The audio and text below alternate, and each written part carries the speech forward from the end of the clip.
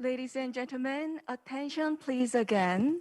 The 9th Mekong-ROK Business Forum will begin shortly. We kindly ask on-site participants to enter the venue and be seated. And our forum is being broadcasted live on YouTube channel in consideration of COVID-19 pandemic. So at this moment, many online viewers are participating in this event with us.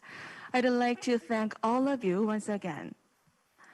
This forum provides Korean-English interpretation service, both online and offline. Please use the receiver on the table for on-site participants. If needed, channel 1 is for Korean, channel 2 for English. For those participating online, please join this forum in their preferred language by accessing the link below for each language at the bottom of the screen. Thank you.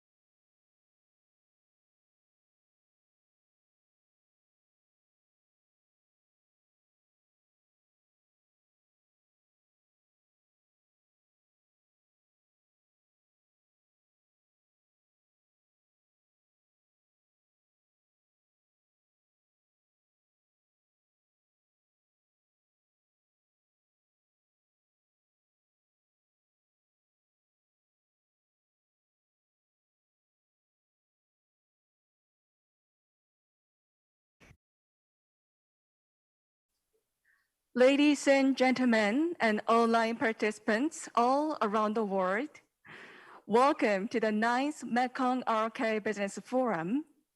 My name is Irene. It is my huge honor to serving your MC today.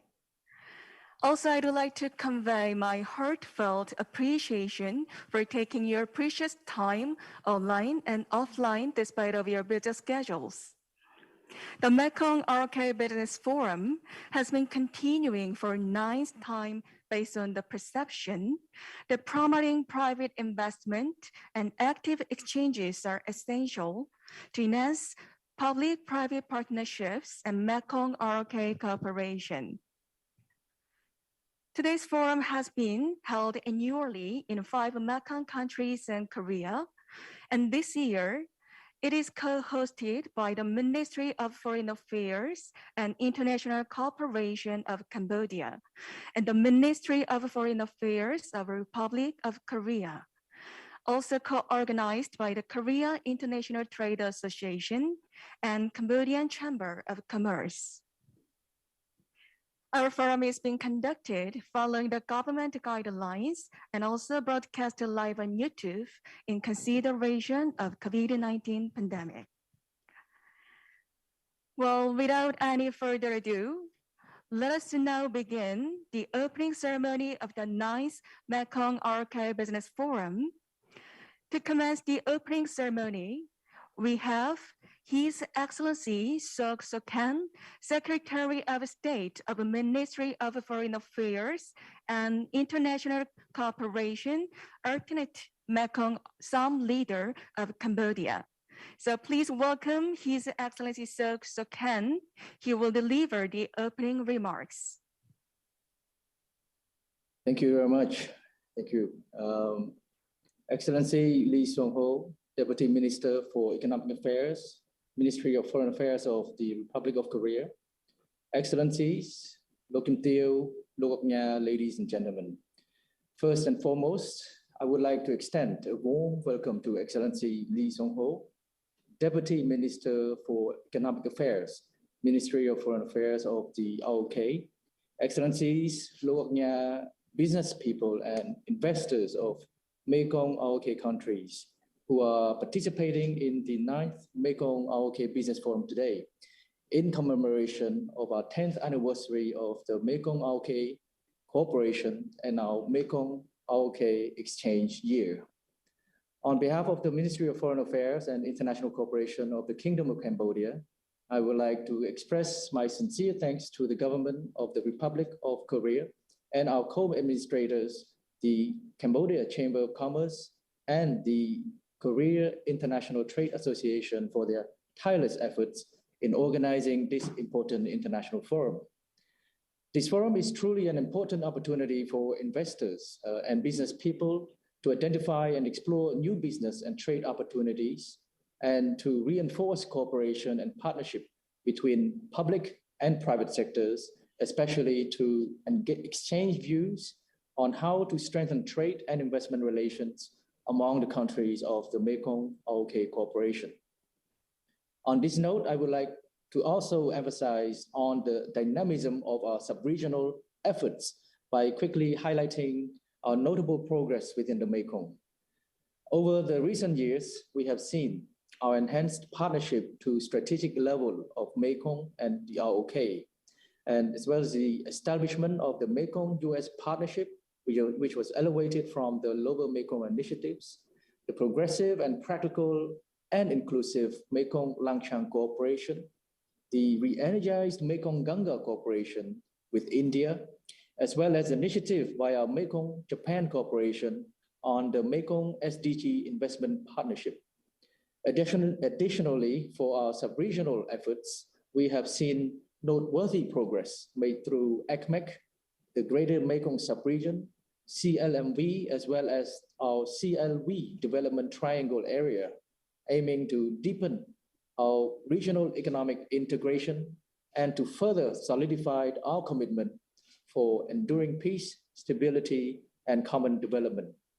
Excellencies, Lok Tiêu, Lok Nya, ladies and gentlemen, since the adoption of the Mekong-Han River Declaration in 2011, the Mekong-ROK Cooperation has managed to attain an integral position among various multilateral fora as a mechanism for promoting people-centered and people-oriented development practices, public-private partnership, technology and information exchanges, and trade and investment relations, all of which have the ultimate aims of realizing sustainable and inclusive growth. As co-chair of the Mekong-ROK Cooperation for 2021, Cambodia has been working closely with our partners, namely the ROK and all Mekong countries, to further promote our common development goals and boost our regional connectivity, both hard and soft. In this connection, the Mekong-ROK Business Forum is a crucial platform for promotion and acceleration of trade and investment activities by bringing together business people from across Mekong countries and the ROK to meet and explore opportunities of cooperation in order to realize a sustained recovery of economic activities in the Mekong sub-region. I am very pleased to note that despite the COVID-19 pandemic, the Mekong-ROK Cooperation has continued to make significant contribution in the areas of trade and investment. According to the ASEAN Investment Report 2020 to 2021, the ROK is ranked among the top investors in the Mekong countries, especially in CLMV countries, with about 70% of the ROK's foreign direct investment to ASEAN directed to CLMV industries, including manufacturing, finance, and infrastructure development. On this basis, Cambodia remains vigilant about the imperative of advancing regional economic development and in attaching significant value to the role of the private sector. Over the past 2 years, the COVID-19 pandemic has indeed loomed large, distorting the development trajectory of the Mekong sub-region and beyond. Nevertheless, Mekong-ROK member countries have risen to the occasion and acted on our commitment to fight this pandemic while putting in place appropriate measures to bring about socio-economic recovery. Today's forum serves as a crucial part of our collective efforts, which I strongly believe will initiate much needed business connections and activities, particularly bolstering the growth of the MSMEs in the Mekong countries and the ROK. Excellencies, ladies and gentlemen, as our participants today prepare to engage with one another and share your perspective and experiences, I would like to take this opportunity to brief the Forum on Trade and Investment Environment in Cambodia. In relation to the current situation of COVID-19, the Royal Government of Cambodia has achieved the vaccination rate of more than 88% of the total population of 16 million as of November 2021, and has announced the reopening of economic activities and the facilitation of entry of local and foreign travelers into the country since early November. This is a crucial step towards fully resuming economic activities in Cambodia and welcoming foreign investors and business community to the country. In addition, to astute the measures against the COVID-19, the Royal Government of Cambodia has also been implementing concrete policy measures to attract foreign investments through infrastructure and logistic development, trade facilitation, and financial development. In particularly, the Royal Government of Cambodia has made a more attractive production base by broadening and establishing various free trade agreements, namely the Regional Comprehensive Economic Partnership Agreement, or the RCEP, the Cambodia-China Free Trade Agreement, and the Cambodia-Korea Free Trade Agreement, which will come into effect in early 2022. Moreover, the Royal Government of Cambodia has further implemented a number of key policies and regulatory measures, including but not limited to the newly enacted investment law, the adoption of the Digital Economy and Social Policy Framework 2021-2035, the soon to be approved Digital Government Policy Framework, as well as the conclusion of the law on public-private partnership, which is also set to enter into force soon.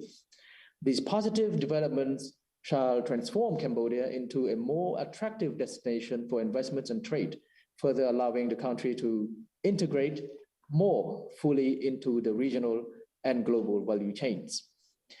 In these regards, I wish to reiterate that the Royal Government of Cambodia will continue to welcome and support all committed investment projects in Cambodia, and will continue to do our best to strengthen and expand our economic cooperation while maintaining our openness and our continued efforts in improving our productive capacity and necessary economic structural transformation to enable sound and desirable economic outcomes for both our people and the private sector alike.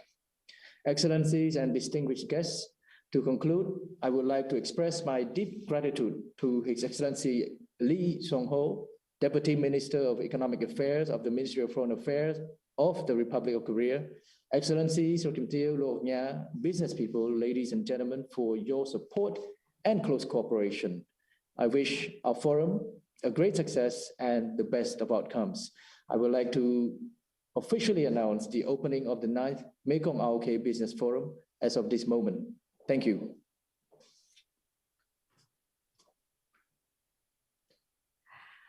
Thank you very much, Your Excellency. That was very meaningful opening remarks.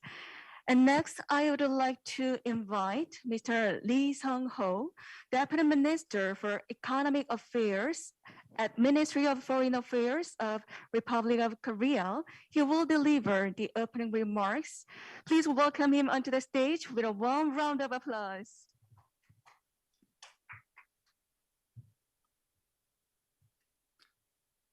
Your Excellency, Soken, Secretary of State for Foreign Affairs and International Cooperation, Cambodia, distinguished delegates and business representatives, ladies and gentlemen, it is a great honor to deliver the opening remarks on behalf of the Korean government.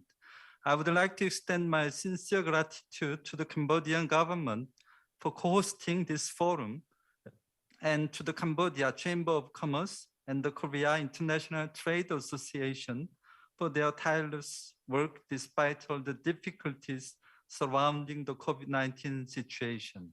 It is timely to host today's forum under the topic of recovery and resilience.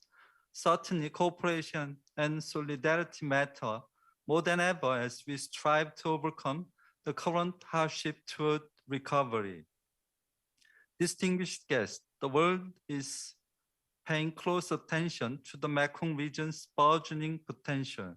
The region not only sustains a young and abundant workforce, a fast-growing middle class, natural resources, and a high demand for transnational connectivity, but also demonstrate vigorous people-to-people and cultural exchanges with Korea. Moreover, the region is crucial in achieving the sustainable and future-oriented development of ASEAN. The Mekong-ROK cooperation can complement efforts for ASEAN's development and integration. It can also serve as a catalyst for ASEAN's economic growth. As a reliable development partner, Korea has been contributing to narrowing the development gap in the region. And as an important economic partner, Korea has been helping create future growth engines. For the past 10 years, Korea has made unceasing effort to strengthen the Mekong-ROK cooperation. Thanks to such efforts, the Mekong-ROK relations was elevated to the strategic partnership for people, prosperity, and peace in 2020, and the Mekong-ROK Summit was launched in 2019. Therefore, today's forum marks the grand finale of this year as we celebrate the 10th anniversary of the Mekong-ROK cooperation. Since 2011, Korea has provided $9 million of ODA to the Mekong region and has been $900 million of ODA to the Mekong region and has been increasing its annual contribution to the Mekong-ROK Cooperation Fund launched in 2013. Moreover, since the early stage of the COVID-19 outbreak, Korea has provided the medical supply to the Mekong countries. The ROK prioritized Mekong partners in providing vaccines this year.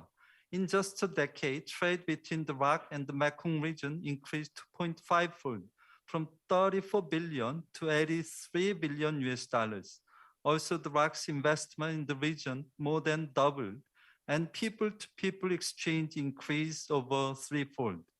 The Mekong-ROK Business Forum, held annually since 2013, has established itself as a leading private-public cooperation platform in promoting Msme, MSMEs, and invigorating private investment in the region.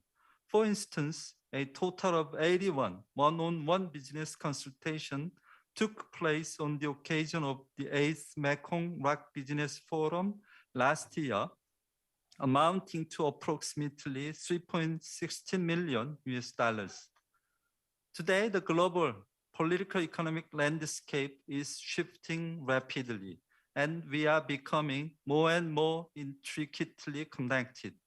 In this year of uncertainty and hyper-connectivity, neither government nor entrepreneur can stand alone. Notably, the Mekong-ROK trade volume in 2020 remained unaffected despite the disruptions caused by COVID-19, even growing by 20% in first half of this year. This is a testament to the close interdependence as well as the resilient economic relationship between the ROK and the Mekong countries.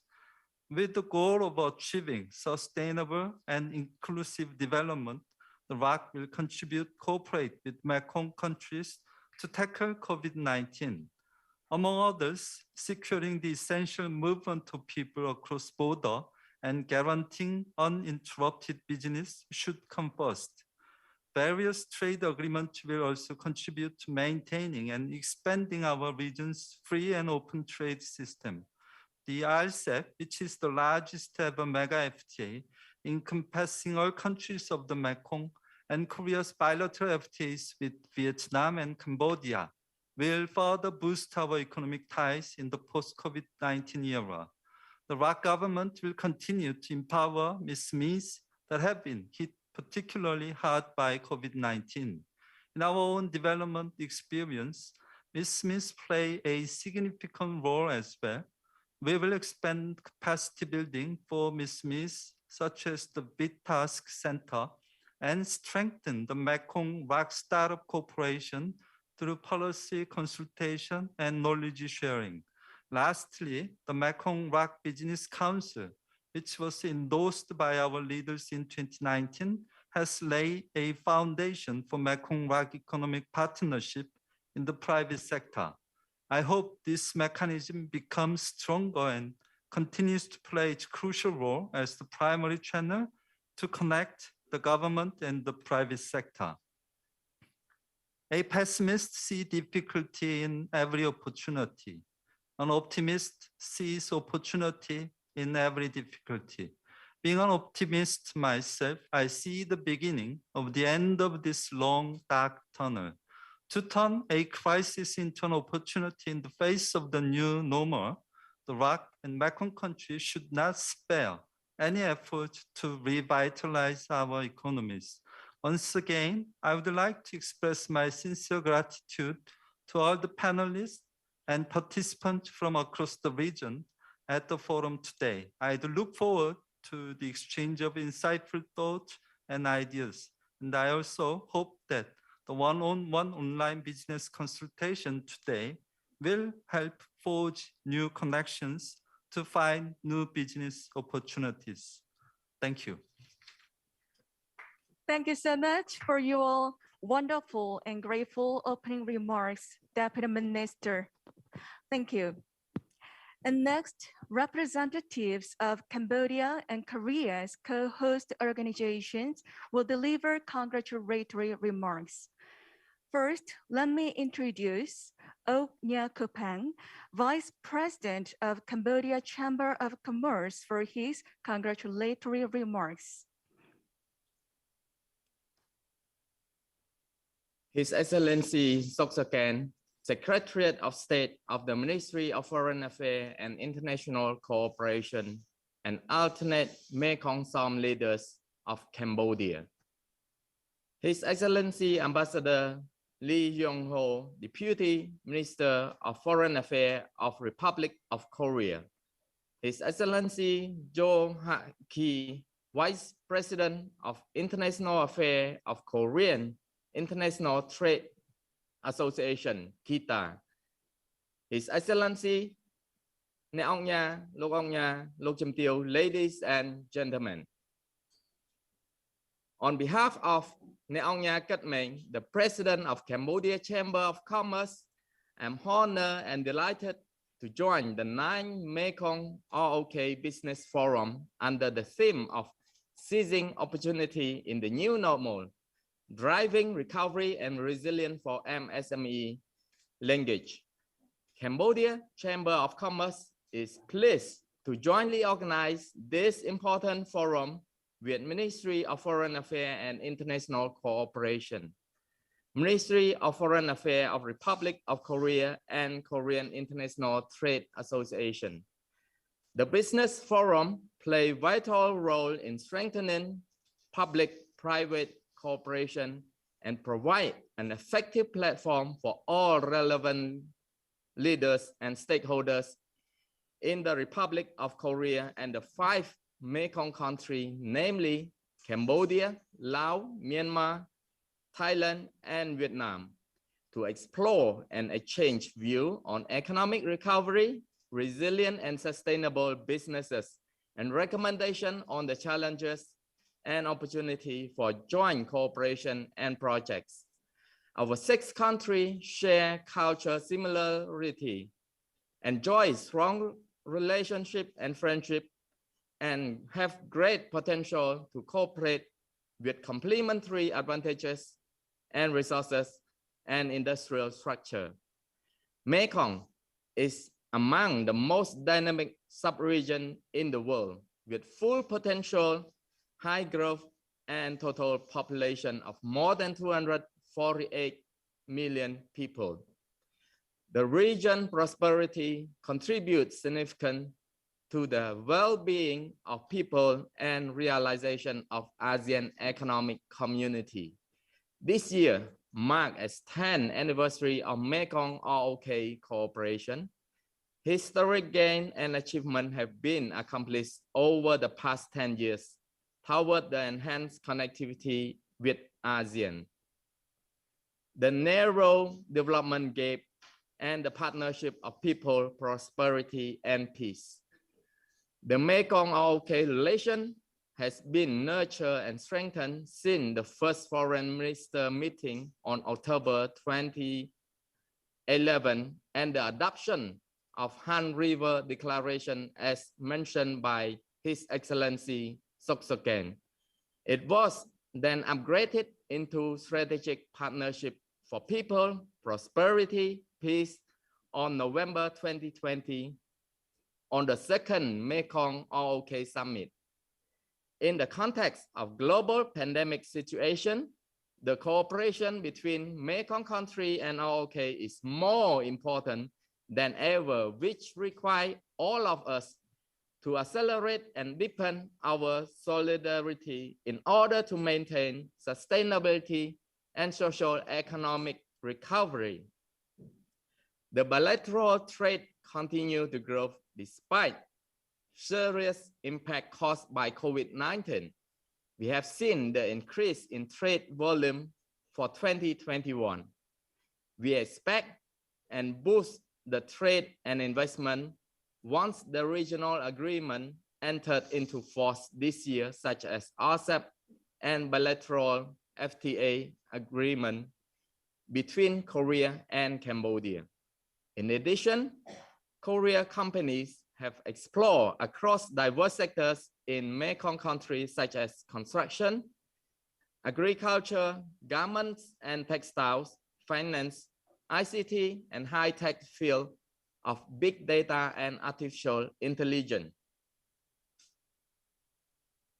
Excellency, ladies and gentlemen, I have a strong belief in the public-private cooperation that private sector could contribute to enhance business and investment opportunity. Together, we can achieve more. We, private sector of Mekong-ROK, have worked closely with each other toward common goal of shared prosperity. On November 26, 2019, KITA, Cambodia Chamber of Commerce, along with other Chamber of Commerce of Mekong country, signed the MOU to establish Mekong-ROK Business Council in order to strengthen and communication among business organizations in the Mekong Republic of Korea countries, create more trade and investment opportunities for business communities, promote economic development and people welfare. Similarly, at bilateral cooperation level, Cambodia Chamber of Commerce has jointly organized a lot of business events aiming to promote trade and investment. We co-host high-level Cambodia-Korea Business Forum for 4 times, which were presided over by Samdech Techo Hun Sen, Prime Minister of the Kingdom of Cambodia, and the presidents of Korea, including President Kim Dae-jung, President No Moon-hoon, and President Lee Myung-bak, and President Moon Jae-in. The 4th Cambodia-Korea Business Forum was held successfully on March 15, 2019 at the Peace Palace with the auspicious presence of Samdech Techo Hun Sen, the Prime Minister of the Kingdom of Cambodia, and His Excellency Moon Jae-in, President of the Republic of Korea. Today, I'm excited to meet all relevant stakeholders from Mekong-ROK country in this business forum to share best practices, address challenges together toward the realization of sustainable and inclusive economy, particularly the resilient MSME in the region. I wish to thank all the speakers, business leaders for your participation and your time and your valuable input. I'm looking forward for the full cooperation.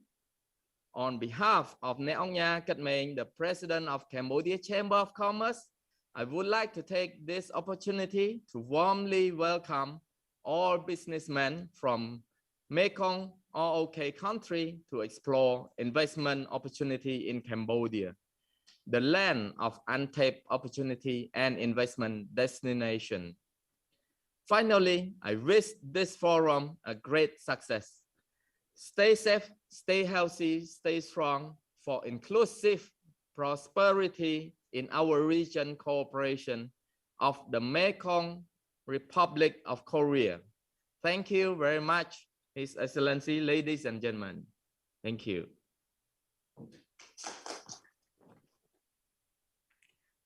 Thank you very much, Vice President, for your insightful opening remarks, congratulatory remarks. And next, for the second congratulatory remarks, I would like to invite Cho Haki, Vice President for International Affairs, Korea International Trade Association. Please welcome him onto the stage with a big round of applause.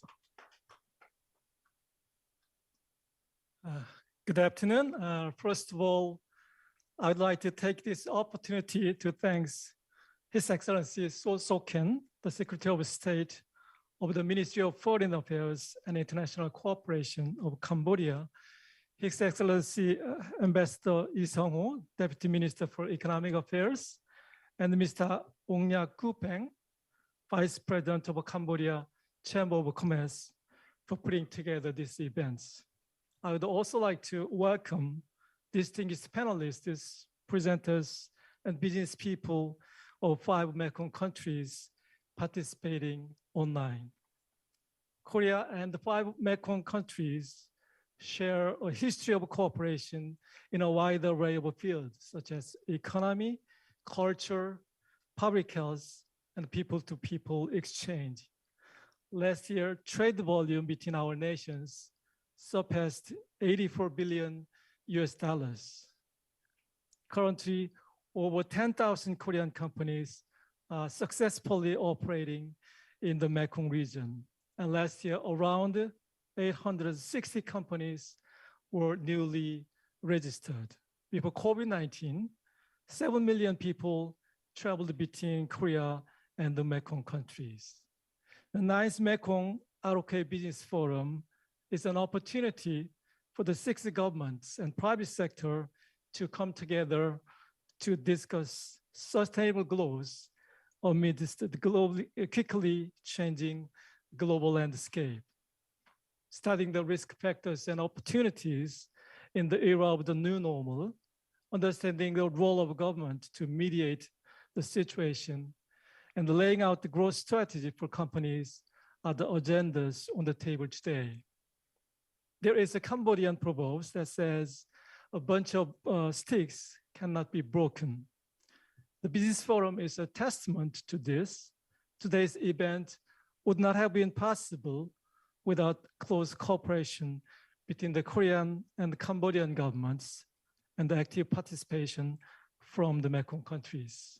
I hope today's forum will serve as a much needed platform to exchange new visions and ideas between Korea and the Mekong countries. Thank you. Thank you very much for your insightful congratulatory remarks. With this, we will finish the opening ceremony of today's forum and proceed the main sessions. Today's forum will be divided into 2 sessions for each topic. The first session will be held under the theme of setting the roadmap, challenges in the current economic landscapes and how to overcome them. And next, the second session will be followed under the theme of the role of the Mekong-ROK cooperation to achieve sustainable and inclusive development while adapting to the new normal. Okay, now we will bring the speakers for the first session to their seat onto the stage. The first session was presented by Chung Jae-won, Principal Researcher, Korea Institute for International Economic Policy. Thank you for being here today. So please begin. 예, 감사합니다. Thank you very much. I would like to present in the Korean language. And I'd like to extend my appreciation to all of you for inviting me here today. My name is Chung Jae-hwan, and I'm affiliated with the Korea Institute for International and Economic Policy. And I would like to talk about the changes in internal and external environment surrounding the Mekong region and the strategies that we can form for development of the Mekong region. And many speakers before me gave us very insightful explanations about the current status. So let me be very brief in my presentation. And this is the order of my presentation. They break down to three parts. The first part has to do with the changes in the global economic and trade environment. And I would like to particularly emphasize about the changes that occurred since the COVID-19 outbreak. Secondly, I'd like to talk about the environmental changes in the Mekong region. And lastly, the third part will be the way forward for sustainable growth of Mekong region. And some of the recommendations I have for the future of the sustainable growth. And I don't think my recommendations will be all-inclusive, so to say. That there are certain things that I think are more important than others, and I'd like to focus on those parts in the third part of my presentation. So on the first part, I'd like to talk about changes in the global economic and trade environment. As you know very well, the COVID-19 hit the world and a lot of changes occurred.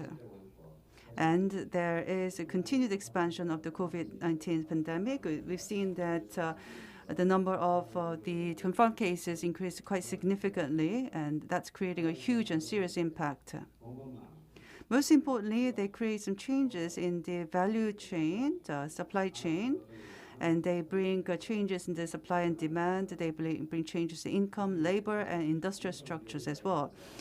In particular, the Omicron variant is spreading very rapidly. I think you have to pay special attention to any developments related to the Omicron variant.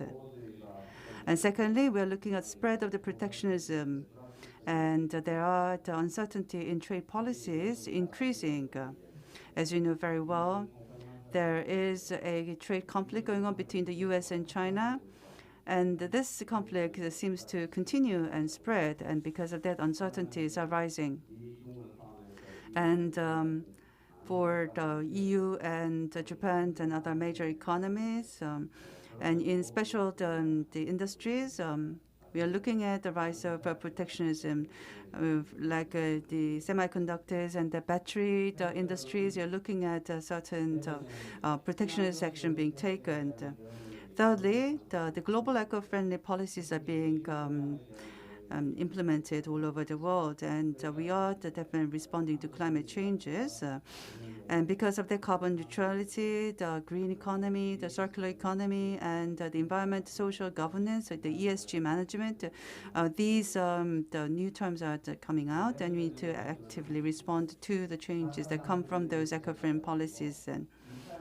And fourthly, with the advent of the fourth industrial revolution, we are looking at rapid spread in the digital technologies. The development pace is being accelerated. And now I'd like to talk about some changes that would have a big impact in the Mekong region as well. We're looking at a structural change in the global value chain. A change in the GVC or the global value chain comes from the US-China dispute, and also some disruptions in the global value chains. And the COVID-19 outbreak. So these are some of the background information that has to do with the changes, structural changes in the global value chain. Firstly, I'd like to say that we're looking at some disconnection in the DVC, and we are looking at the change in the nature of the GVC. In the past, we focused on the efficiency or the globalization in promoting the GVC. But after the COVID-19 spread, we are looking at resilience, and we are looking at localization efforts. place much more importance on those items as well. And you have to think about the changes in the production and the demand created in Asia. In particular, the GVC based in East Asia is expanding quite rapidly, which could be called as a RVC. And we're also looking at some changes in the production networks between China and ASEAN. That's also a change we should pay attention to. And you have to think about the multinational companies operating in China. They choose to relocate to other regions outside China, and they are actively relocating to the countries in the ASEAN region or India or Mexico. So the supply chain is being changed quite significantly, and there's a strong focus on the EMS, electronics and manufacturing services area, when it comes to the supply chain relocations. And as companies choose to exit from China, they tend to focus more on ASEAN.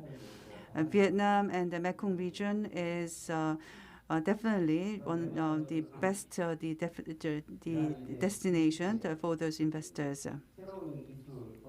The most preferred destination. And we're also looking at introduction of new technologies and digitalization of the GVC.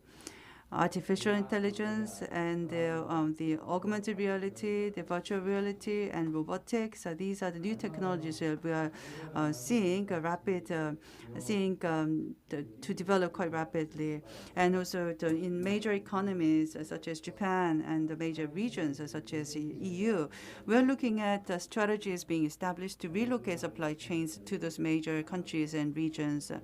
Most representative sectors would be semiconductors, batteries, strategic minerals, and essential medicines and food and so on. Now I'd like to talk about the environmental changes that take place in the Mekong region.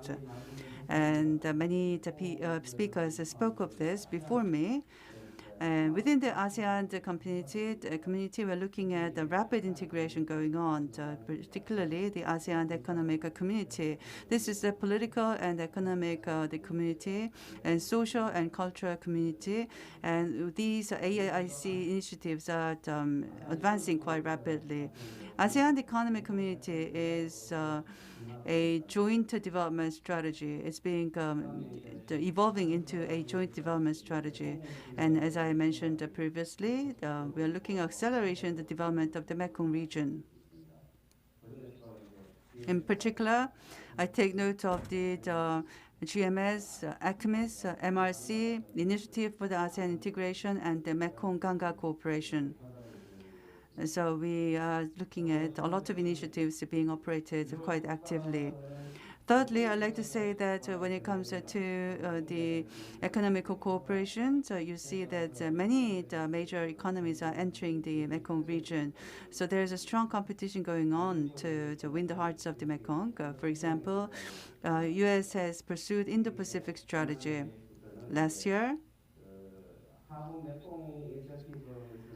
there was a Mekong initiative, and this has been changed to U.S. The Mekong partnership. According to our information sources, the U.S. seems to focus on the energy, the infrastructure,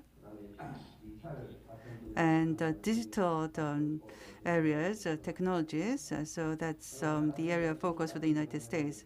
Let's look at China. China has U.S.-ASEAN FTA and Hong Kong-ASEAN FTA in place already. And it's pursuing the Belt and Road Initiative and AIIB. And it also has a Lanchang Mekong Cooperation Initiative. So it's quite agile in pursuing cooperation with ASEAN and the Mekong countries. On the 3rd of December, between Lao Pdr and China, the high-speed railway network has been opened for service. And many people say that this is going to be a game changer, not only in the Lao Pdr, but in the overall Mekong countries. This is going to have a huge impact. Let's look at Japan. Japan has a Japan-ASEAN FTA, and Japan also installed the Japan-Mekong Region Partnership Program. And now Korea. A people-centered the community of prosperity will be pursued through the New Southern Policy and then the New Southern Policy Plus. And through the Mekong-Han River Declaration, Korea has shown very active efforts to enter into the Mekong region. Lastly, you have to think about the changes in the political situations of Myanmar. Dual government is likely to create an impact, and that may lead to a targeted sanction by the international community. And those rapid changes in the circumstances in Myanmar may deteriorate the situation in Mekong a bit. And lastly, I'd like to talk about the sustainable growth of Mekong region. What will be the future challenges to address? This will be my recommendations. And please look at the table 1. You will see the trends and outlook of growth rate for the GDP for the countries in the ASEAN and the Mekong region. And the numbers are not that positive, and they did not make a major recovery. People say that the ASEAN is the largest growing in the world, and therefore I hope in earnest that the ASEAN economy is going to recover more rapidly. And then that means that we need to make efforts to overcome the COVID-19 crisis and implement a very active stimulus measures in the region. And I'd also like to show you the COVID-19 policy measures implemented by these governments and the stimulus packages ratio to the overall GDP. And with the exception of Thailand, the ratio is pretty low. So I think the active stimulus measures would be desired in these countries as well. And then for us to more actively promote the development of the Mekong Basin, I think we have to think about the connectivity, improving the connectivity and reducing the development gap as well. And in the fourth industrial revolution era, there is a need for these countries to adopt early transition into the digital economy, in particular with a strong focus in building a digital infrastructure, both hardware and the software side, and then for the digital trade system. And these countries also desire to make an active response to climate change, like fostering eco-friendly industries and promoting decarbonizations and so on. And for the Mekong region and overall the ASEAN, the regions, they have focused on the FDI in pursuing the economic development, and therefore this trend is going to continue, and therefore increasing FDI attraction would be desired, and also industrial structures need to be upgraded. So they need to expand on the RVC and GVC participation in the future to improve the business environment. And as you can see at the table at the bottom, you will see the agricultural population takes up a large part of the economies in the Mekong region. And so ensure sustainability of these economies is very important that agricultural rural development is accelerated because they form the basis for the Mekong region. And then education, training, technology, R&D, capacity building would be desired. Please look at table 3. You have HDI, Human Development Index. The ranking is not that high for these countries, and therefore the human resources development is highly desired in these countries. And also for the Mekong countries, state-owned enterprises take up a large role in developing the economy. So continued efforts should be made to reform the state-owned enterprises. And also another sub-theme of today's discussion, SMEs need to be actively promoted in the Mekong countries, and there should be a strategy for risk reduction. For one, you have high dependence toward China, so you might consider reducing that dependency, and also reduce the instabilities, the factors for the instabilities in the political and social sense, and also improve technology and productivity, and to add the logistics infrastructure to improve the insufficient situation, and so on. This brings me to the end of my presentation. Thank you very much for your kind attention. Okay, we deeply appreciate for your detailed and insightful presentation. Thank you. And shall we move on the next two panel discussion for the topic of the first session? To start, let me introduce the moderator and the panelists online and offline. First, His Excellency Nimor Meng, Deputy Director General of Cambodia Chamber of Commerce. He will be the moderator for this panel discussion. He's with us online. Welcome. And next, as the panelist, Mr. Lai Hee Chi-hee, Director of Ministry of Industry, Science, Technology, and Innovation of Cambodia. And next, Ms. Latana Duang Phupal, Deputy Director General of Department of SMEs Promotion, Lao Pdr. And also Ms. Puni Wiwi, Director of Ministry of Investment and Foreign Economic Relations of Myanmar. And next, Mr. Witawat Lamsam, representative from the Office of the SMEs Promotion of Thailand. And also Mr. Win Quang Vinh, General Secretary of Vietnam Chamber of Commerce and Industry. And lastly, Chu Wan Duc, Professor of Korea National Diplomatic Academy. Well, I will hand over the mic to our moderator. So now the floor is yours. Thank you. First of all, I would like to express my high respect to Excellency Soken, the Secretary of State, Ministry of Foreign Affairs and International Cooperation, Cambodia. Excellency Lee Seong-ho, the Deputy Minister of Foreign Affairs of the Republic of Korea. Oknya Kuch Peng, the Vice President of Cambodia Chamber of Commerce. Mr. Cho Haki, the Vice President for International Trade of KITA. My name is Nimor Meng, and I am the Deputy Director General of Cambodia Chamber of Commerce. I am the moderator for session 1 of this panel discussion. Our topic of discussion today is setting the roadmap, challenges in the current economic landscape. So as all of us been aware that the business activity have taken serious hit from COVID-19, and particularly the MSME being the most vulnerable one. Countless MSME has been facing with many risks, including bankruptcy, unfavorable supply chain, limited financing sources, and declining in demand and production. So this section of the panel discussion will explore the comprehensive challenges posed by the COVID-19 pandemic and offer informed and effective solution to setting up an effective road toward the comprehensive social economic recovery.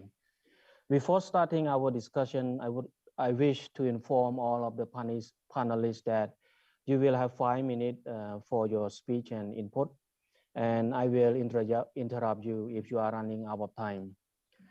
Now, I would like to invite Mr.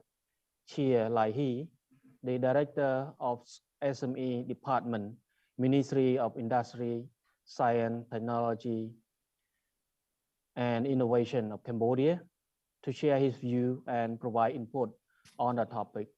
Please, Mr. Chia Lai Hee.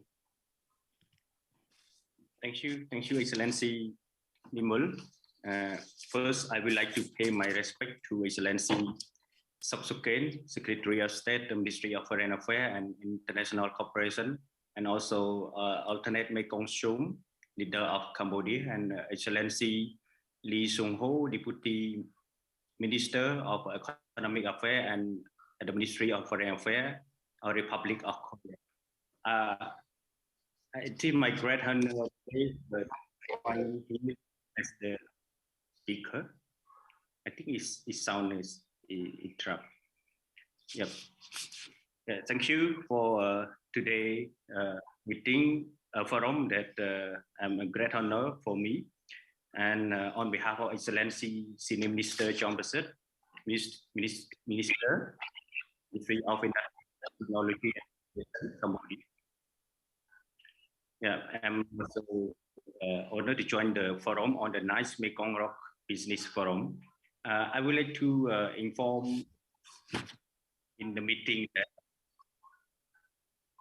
as SME, I feel that they have some ignore sound, right? Contrast sound.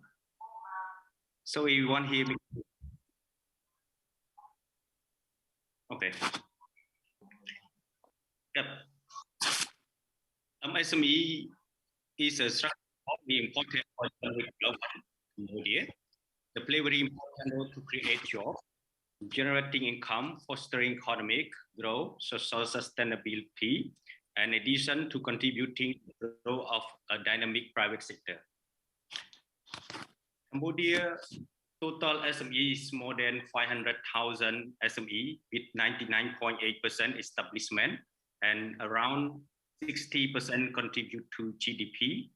It is estimated that more than half of the total employment in Cambodia is created by MSME. And the majority of the MSME in Cambodia concentrate in the manufacturing sector, agriculture, trading, include wholesale retail and tourism sector, those which are highly vulnerable to economic shock due to the COVID-19 pandemic. And I would like to address that the common challenge of the SME, like one, access to finance. The majority of the SME are facing the capital investment and include the startup for investment for the business as well. And right now the government is trying to seek the solution to facilitate how the SME can access to the finance to promote their business. And second, access to market. When we talk about the access to market, is talk about the how can the SME do the business with the low cost in order to fair competitiveness in the market. At the same time, Cambodia faces some challenges, like if we're talking about the demand side and supply side, like Excellency Nimul just mentioned that right now in terms of the demand side is declining, so supply side is very difficult to, it kind of is not balanced. So this is also the big problem for the MSME in Cambodia as well. And the second thing for the access to market, we talking about the product standardization. So the majority of the MSME in Cambodia is facing with the compliance standard, including the packaging and also some also related to the, we need the regulatory support from the government as well. So this is what we are facing now. And the third is access to information.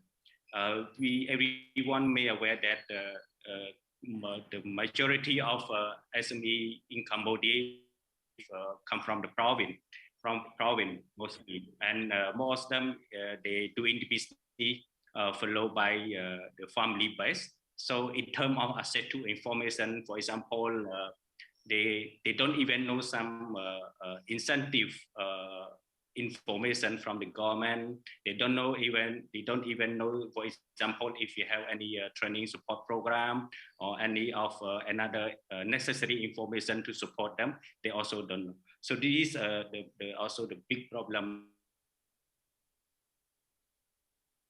Information very well. So in terms of the competitiveness in the local market or in the region is still hard for them. The fourth is enabling the environment. We are still fasting and working with the line industry in Cambodia, because in terms of the SME sector in Cambodia, it's not just Ministry of Industry and Handicraft in charge of the MSME, but also another line ministry in charge, for example, SME for SME, SME for agriculture, SME for tourism. So we have to work and build the ecosystem among of the line industry to support SME.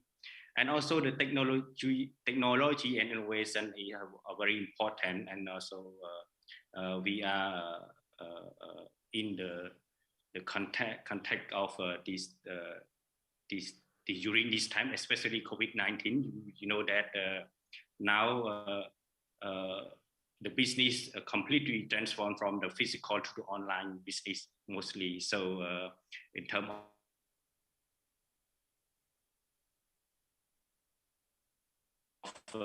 the technical support should be work and together, not just only the private sector, but also with all the stakeholders for supporting the SME in Cambodia. And I would like to share a brief sum of what our government are doing now to support the SME in Cambodia. We have Khmer SME Bank. We have the Khmer Enterprise, which is under the government institution that work a lot to provide like soft skill, hard skill development to the SME. And we have Khmer SME is a part of Access to Information and under the ASEAN Access as well. ASEAN Access is the information platform under Asian country, and is the hub of information for the SME in the Asian country. And Khmer SME also a part of that. We have a few programs like a startup development program. My ministry is conducting some business incubation program to support SME on the food sector, on STI sector, is that we are what we can do now to support SME. Taking this time, I would like to share some activity or some program that we have been working with the Korean government that we joined together. For example, like we doing on the implementing on the task program is one of the food development project with support from the Korean government through the Korean Institute for Advance of Technology and Korean Food Research Institution. It's 2:30. And second project is we proposing to establishing the food processing task center.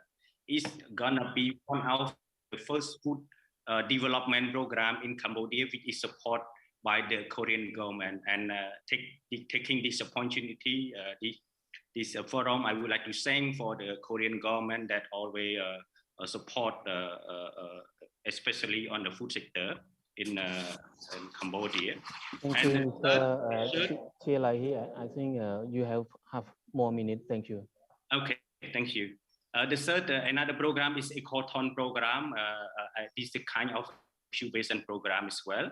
And the fourth program is we plan to develop the SME Development Center for Cambodia that could have a lot of SME, especially provide, we have four main activity for the, in terms of SME Development Center, startup program, provide training and technology transfer, and also the supporting program inside that.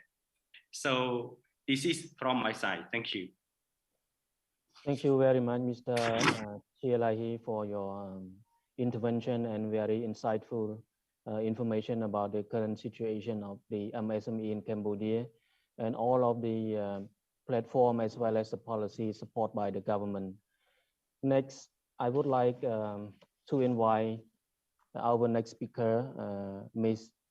Latana Duongbupa, the Deputy Director General of Department of SME Promotion of Lao Pdr, to share her input and view on the challenges of the current economic landscape. Please. Sabaydi. Good afternoon, ladies and gentlemen, distinguished chairs, distinguished participants.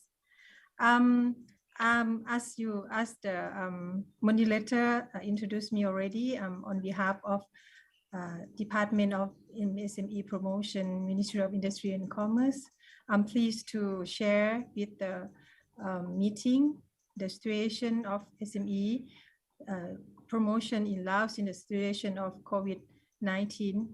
before that, may I share the PowerPoint? I have a PowerPoint to share while speaking. I don't know if I can share. Please, I think the Kita Secretariat would allow you to share. Thank you.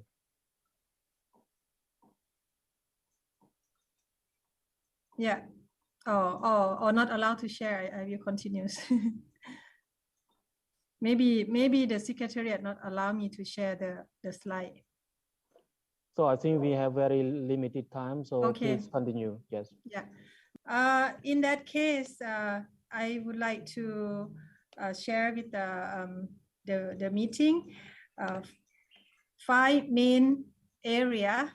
The first one is MSME in Lao Pdr.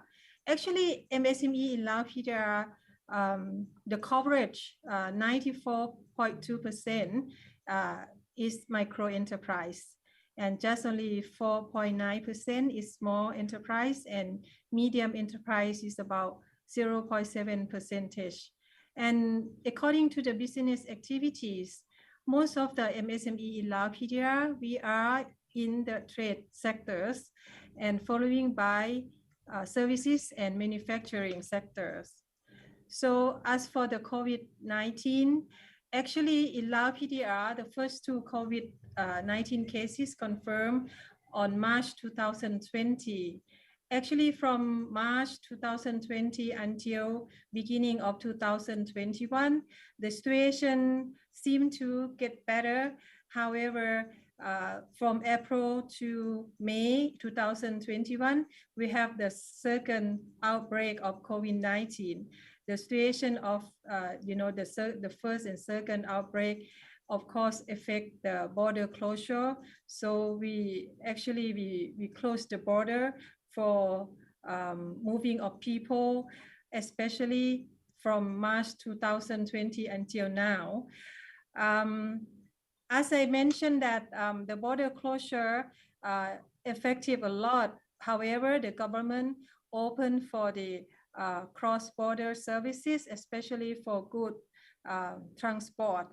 However, there are more obstacles for the truck to transport goods across the border because there are more measures for driver and the company to follow. Because of COVID-19 from 2000 to now, the most affected sector is tourism and services. This is for the MSME because of the lockdown measures. And the coming, very prominent situation that we can see because of COVID-19, we see the demand of the products and services decreased by 40%, decrease of unemployment 42% because of the closure of some businesses and because of the lockdown. Some MSME, they have to stop the business for a while, so that affect the business substantially. And of course, 60% of MSME, they have to close their business, especially on tourism and services sector. Because of that situation, actually, the COVID-19 almost 2 years affected MSME significantly. The government of Lao Pdr, we have some measures and incentive to provide to our MSME in order for them to survive. The first one, we provide the credit policies. This is for the Bank of Lao Pdr issue some special policy asking the commercial bank to defer installments, paying principal and interest for the MSME who be affected by COVID-19. Also, we have some reduction of the interest rate from the bank because of Bank of Lao Pdr, they're reducing some fees and some interest. And also we have some restructuring of loan, we have some special financing facility.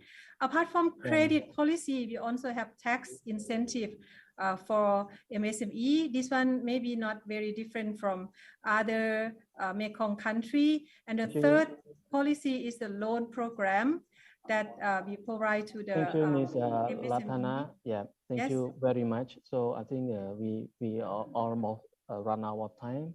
Okay, thank you. I thank you for your interaction and your insightful about the current situation in Laos and the hit by the COVID-19 on the logistic, the border closure, and as well as the policy by the Lao Pdr government. Thank you for your input. Next, I would like to invite our next speaker, the Director of the SME Promotion Fund, Ms.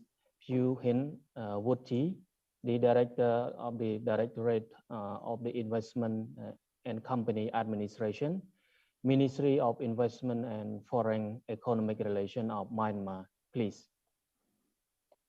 Thank you for giving me a floor. Good afternoon, ladies and gentlemen. I have a great pleasure to be here and share the information regarding the country measures to overcome the uncertainties in the current economic landscape. Generally, I can explain the challenges of MSME posed by the COVID-19 pandemic. Over 90% of all business in Myanmar are micro, small, and medium-sized enterprises. These have been hit hard by the sudden demand reduction due to the closure, loss of protected asset, operational restriction, and low consumer confidence.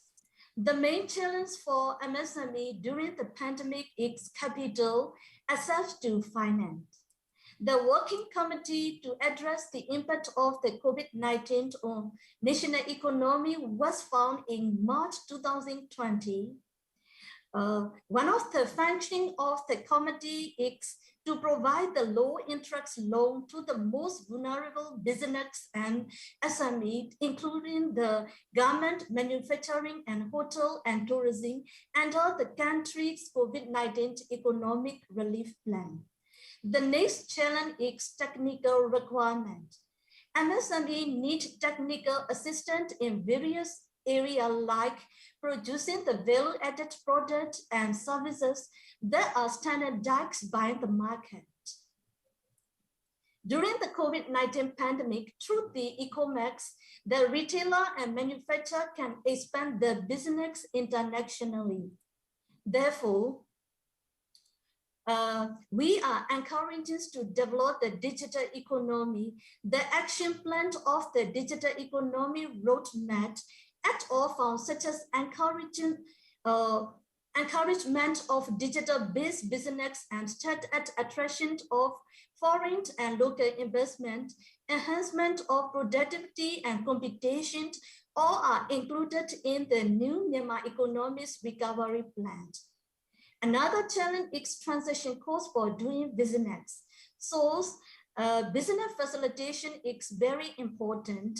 Creating a favorable business environment for MSME is very crucial for their sustainable growth.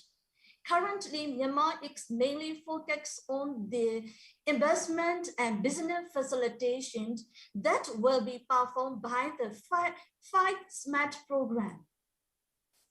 The Myanmar Investment Commission has already approved the standard operation procedure of its one-stop service in order to facilitate the existing and potential investor in dealing with the government officers.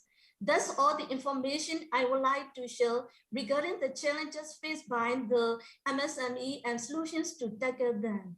Thank you very much. Thank you very much, Ms. Yu Hin Wuti. Very good time management.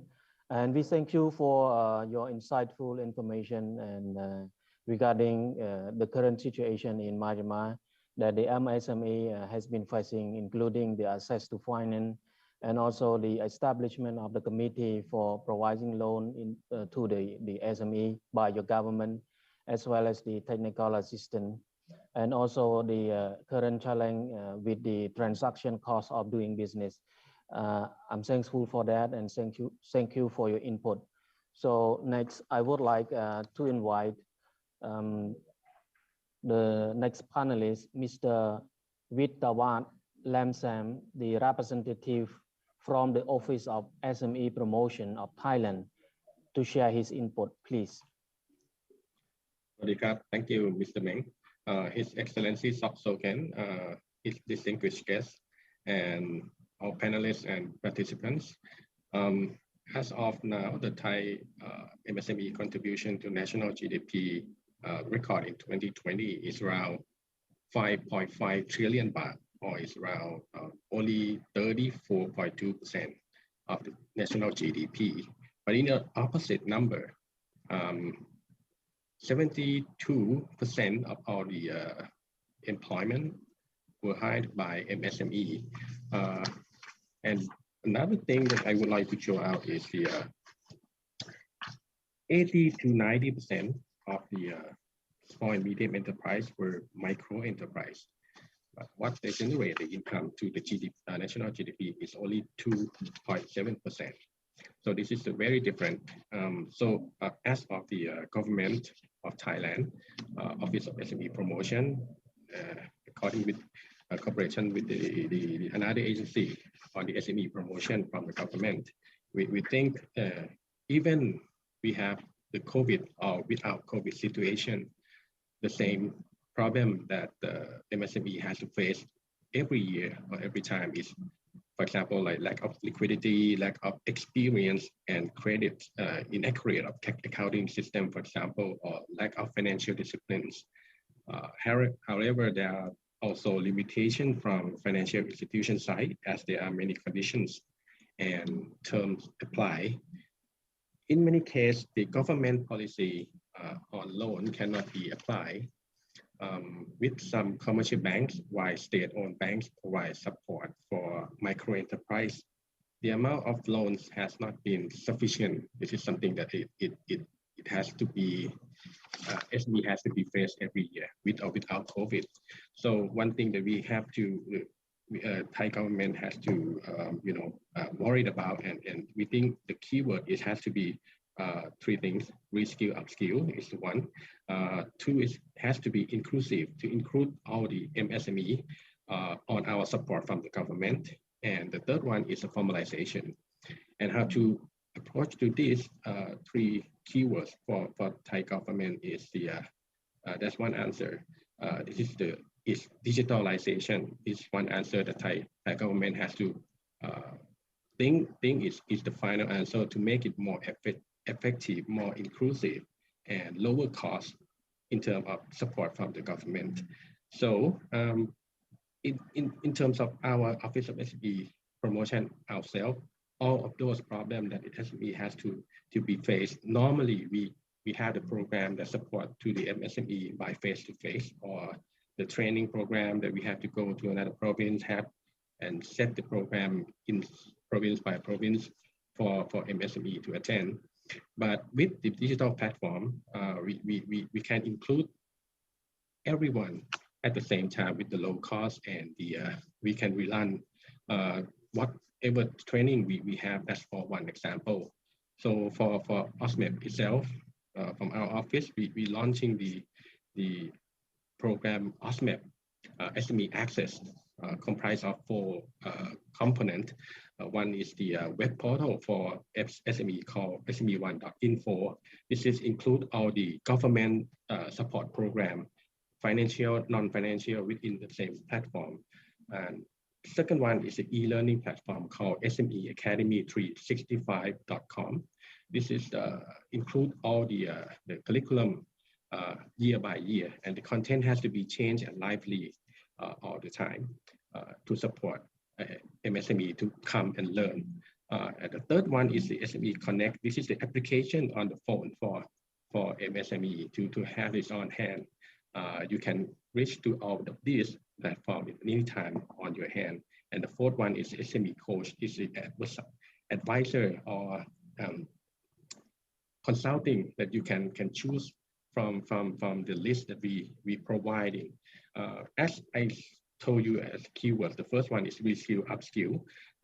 It's something that we don't know in the future what should be the next content, what should be the next SME has to face. So we think reskill, upskill is the content that should be in the SME Coach or SME Business Development service that we have to give to the MSME. And another thing, as the machine in the economy, like domestic consumption or the foreign investment or import-export, these cannot be working well during the COVID-19. Thank you. Yes, thank you very much, Mr. Wittawat Lamsam, for your insightful information and sharing about the current policy support by the Thai government to the SME, including the skill development, the training program, the digital platform. Thank you for your sharing.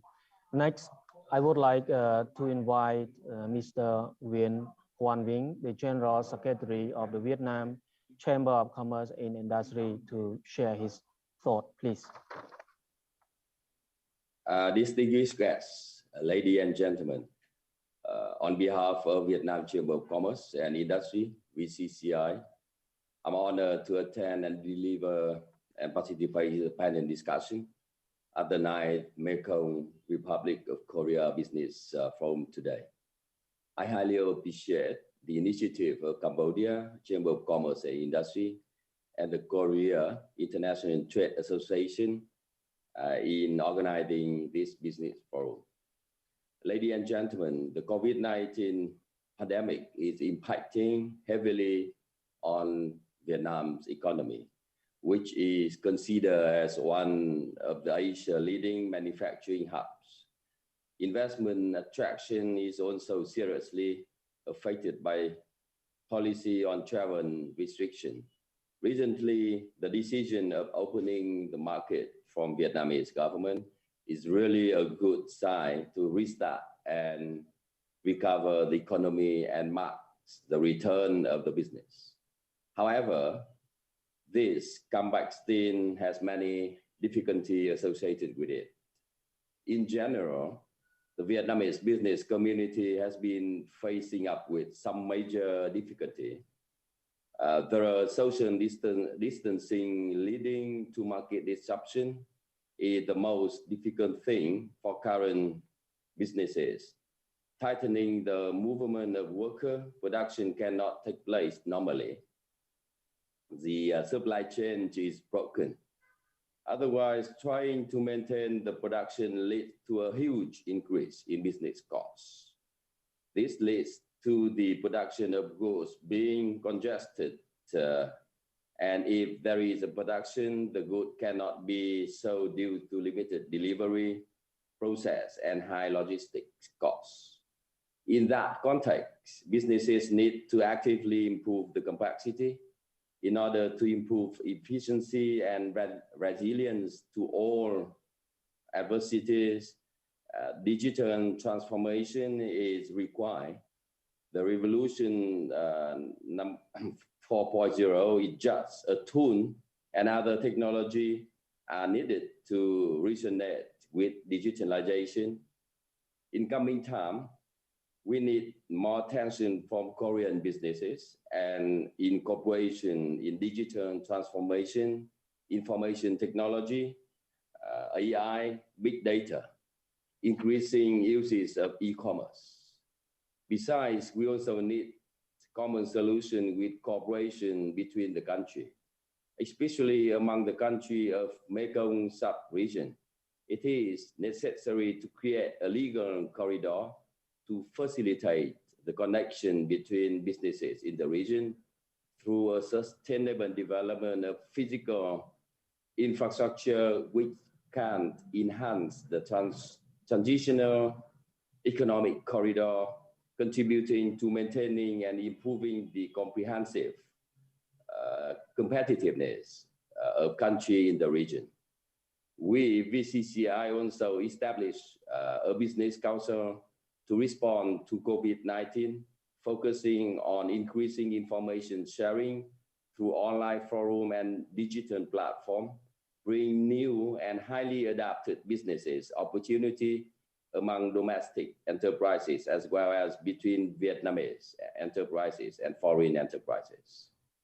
As the representative of Vietnam business community with over more than 10,000 direct member and nearly 1 million indirect member through the industry and local businesses association in Vietnam.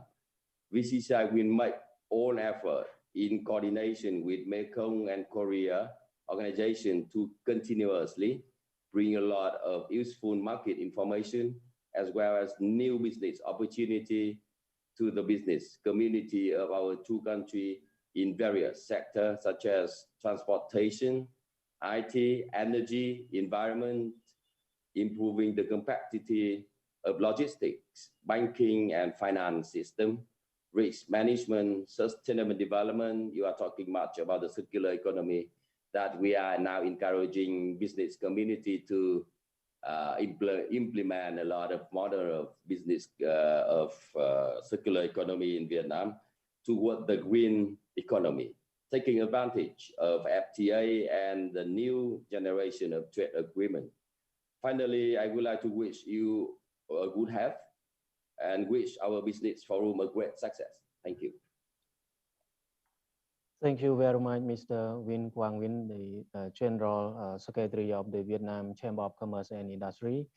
I thank you for your insightful sharing about the current difficulty of the MSME in Vietnam, including the market situation due to the social distancing, including the worker movement, and also it's hard to maintain the production capacity. And we also thanks for your sharing the suggestion for the capacity improvement as well as technology and also the information sharing among the country and the cooperation among the country level. So next, last but not least, I would like to invite Professor Cho Won-Duc, the Professor of Korean National Academy, to share his input, please. Thank you, Excellency Nimo Meng. It's great honor to attend this forum. Let me share my assessment of the current economic landscape. I think that at the beginning of the session, Dr. Zhang well explained the detail the economic landscape and the challenges and in recent years. So I would like to touch upon a different side of the challenge in the current economic landscape. That is the geopolitical and geoeconomic side of the current economic landscape. First of all, the economic and international landscape are undergoing a profound shift. In other words, the COVID-19 pandemic has accelerated ongoing geopolitical and geoeconomic changes, which could narrow strategic options for small and middle power countries in the regions. With increasing China's influence, relative decline of the US global leadership, and the intensifying US-China economic and strategic competitions. So a dramatic shift in the geopolitical and strategic environment posed unprecedented challenges on all fronts, now especially the economic sphere. So now economic issues becomes no longer just economic ones, but are interconnected with the national security and strategic interest. So now the trade and economic issues are under the umbrella of the economic security, so-called. So the world is becoming more complicated and polarized, with the transactional challenges ranging from US-China competition to climate change, to supply chain disruptions, to healthcare security from the pandemic, to economic nationalism and protectionism. In that regard, we are facing a very complicated and very complex challenge, not just the economic side, but also a comprehensive issues like climate change and supply chain and also the like energy securities. All issues are now interconnected. So we need to look at these situations, and then we need to find solutions to break through the difficult economic landscape in recent years. And secondly, we are facing the reality that multilateralism has been relatively declining, while unilateralism is growing, even in the economic sphere. In the past years, the unilateralism has been rising in only the security side, but now in the more and more economic issues become important for all countries, major countries around the world. And also the major countries are pursuing forming economic unilateralisms to deal with their economic challenges in their countries. So now we are decreasing inclusive multilateral economic platform. We are facing the more exclusive unilateral economic platforms. So in that regard, this kind of unilateralism is rising in sectors such as high-tech knowledge industries, digitalization, and economic cooperation among countries. And in particular, now the United States and other like-minded countries are pursuing blockization of the economic protectionism. So as you know, at the beginning of the quadrilateral consultative platform was focusing on the security aspect, military aspects. But now, if you look at the Quad feature, now is more broader, much broader and much comprehensive to tackle climate change and supply chain, and also the vaccine protections. Yeah. In that regard, so I think we are now running out of time, and I thank you for your input and also your sharing of experience and current situation of the competition among the superpower and the change in geopolitics, as well as the complexity of the trade and economic that the world is facing right now.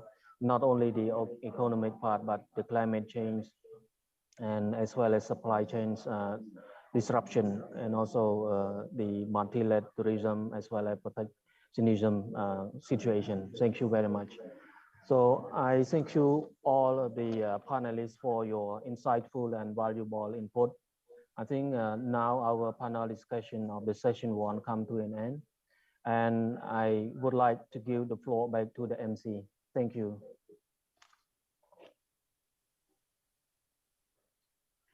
Thank you very much for all our distinguished moderator and panelists across the Mekong regions. That was the greatly valuable time to find the crucial answer to explore the comprehensive challenges for Mekong and ROK.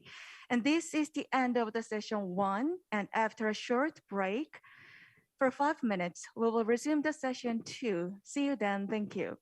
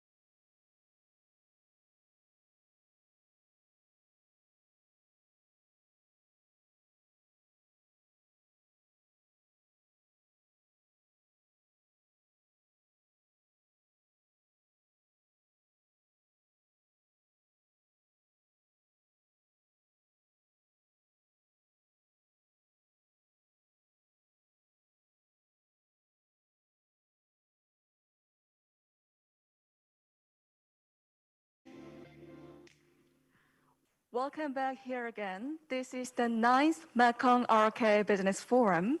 The topic of the second session is the role of Mekong-ROK cooperation to achieve sustainable and inclusive development while adapting to the new normal. With this, let me introduce the first presenter of the second session, Madhujia Kumar Dutta, Director of Mekong Institute. Please welcome him on the screen. Thank you. His Excellency Mr. Soken, Secretary of State, Ministry of Foreign Affairs, Cambodia, Ordinary Coach Fang, Cambodia Chamber of Commerce, Excellencies, senior officials from Mekong countries and Republic of Korea, business leaders, ladies and gentlemen, a very good afternoon to all of you. My discussion will focus on seizing opportunities in new normal for the micro, small, and medium enterprises, their linkages, and briefly outline the role of Mekong Republic of Korea cooperation to achieve sustainable and inclusive development in the new normal. Yeah. So may I request the Secretary to kindly put up enable us to put up the PowerPoint, please? Can you please allow us to share the PowerPoint presentation, please? Can you please put up the PowerPoint? Please allow us to share the screen. Yeah. Okay. Okay. The discussion that I would like to share with you is basically on seizing opportunities in new normal and how to drive recovery and resilience for the MSME. The first, next slide, please. Let us see how the small, medium enterprises or MSMEs coped with the changes so far during this COVID period. So what are the lessons that we have learned? Because I just wanted to share with you some of the study findings that Mekong Institute conducted with Korea International Corporation and also with the Asian Development Bank. We noticed that the logistic companies faced a big problem during the closing of borders. Most of the Mekong countries' cross-border trade has been stopped for several months, and still now it is being in a very kind of very ad hoc basis, the cross-border transportation. So it is affecting the logistic companies a lot, and this has also led to increase in the logistic cost and has impacted many of the businesses. At the same time, customer habits and buying preferences has also changed because people started buying online, that this kind of business or e-commerce has been picked up. Businesses which are focused on food, herbal, organic, or even the health products have been an increase in sales. And most of these enterprises, which we covered in the survey, informed that sales have been quite moderate during this period. And they have also cut down the number of employees. So we could see that this has really impacted the MSME sector. Another study which has been done along with the Asian Development Bank, we look particularly into the MSMEs that are in the global value chain. Our first speaker also highlighted some of the information there. And we noticed that the global value chains, SMEs which are in the global value chain, they face sharp drop in demand, supply chain disruptions, and also contract cancellations that are more serious in nature than the non-GVC SMEs. Also, the MSMEs or SMEs that are in the global value chain had relatively less cash and savings to survive during this pandemic as compared to the non-GVC. GVC SMEs had relatively good access to bank credit and had funding support from business partners during this COVID period. And it's also reported that lack of working capital as one of the main concern of the businesses. So we see a much decline in demand among the global value chain SMEs in comparison to the regional value chain or the domestic SMEs. Next, please. Let us look into how MSMEs are coping during this pandemic period. which is yet to be over. So in the Mekong countries, as you all are aware, that MSME constitute more than 90% of enterprises, and that sector generates nearly 70% of employment. But the exports of goods and commodities accounts for very small percentage, at the maximum of around 20% of export value, because most of these MSMEs are operating in the domestic markets, and only a small portion of MSME are in the export market. However, it is important for the MSME internalization, because it's important for them to integrate in the regional and global value chain, particularly for market access, value addition, technology, innovation, and finance. But the COVID pandemic has largely impacted the business sector in the Mekong countries. So here is a comparative assessment between the MSMEs in the global value chain and non-global value chain during the COVID-19, which reveals that MSMEs involved in global value chain face sharp drop in domestic and foreign demand, disruptions in production, and also supply chain. So business environment during COVID-19 pandemic reveals that MSMEs involved in global value chain face sharp drop in demand or supply chain disruption, even contract cancellations, than non-GVCs. So this is what is being highlighted in the start. In terms of concerns and obstacles, lack of working capital has been identified as the top ranking concern. Decline in demand, which remains like second most important concern in the global value chain, SMEs. In terms of financial condition during COVID-19, you can see the blue bar there. This represents enough savings or liquid assets. Red bar or the cash refers to the running out in a month. On the gray bar, basically no cash or savings. So we observed that global value chain MSMEs had relatively sufficient cash and savings to survive during this pandemic period. In terms of funding, it was observed that global value chain MSMEs had relatively good access to bank credit and had funding support from business partners during the pandemic.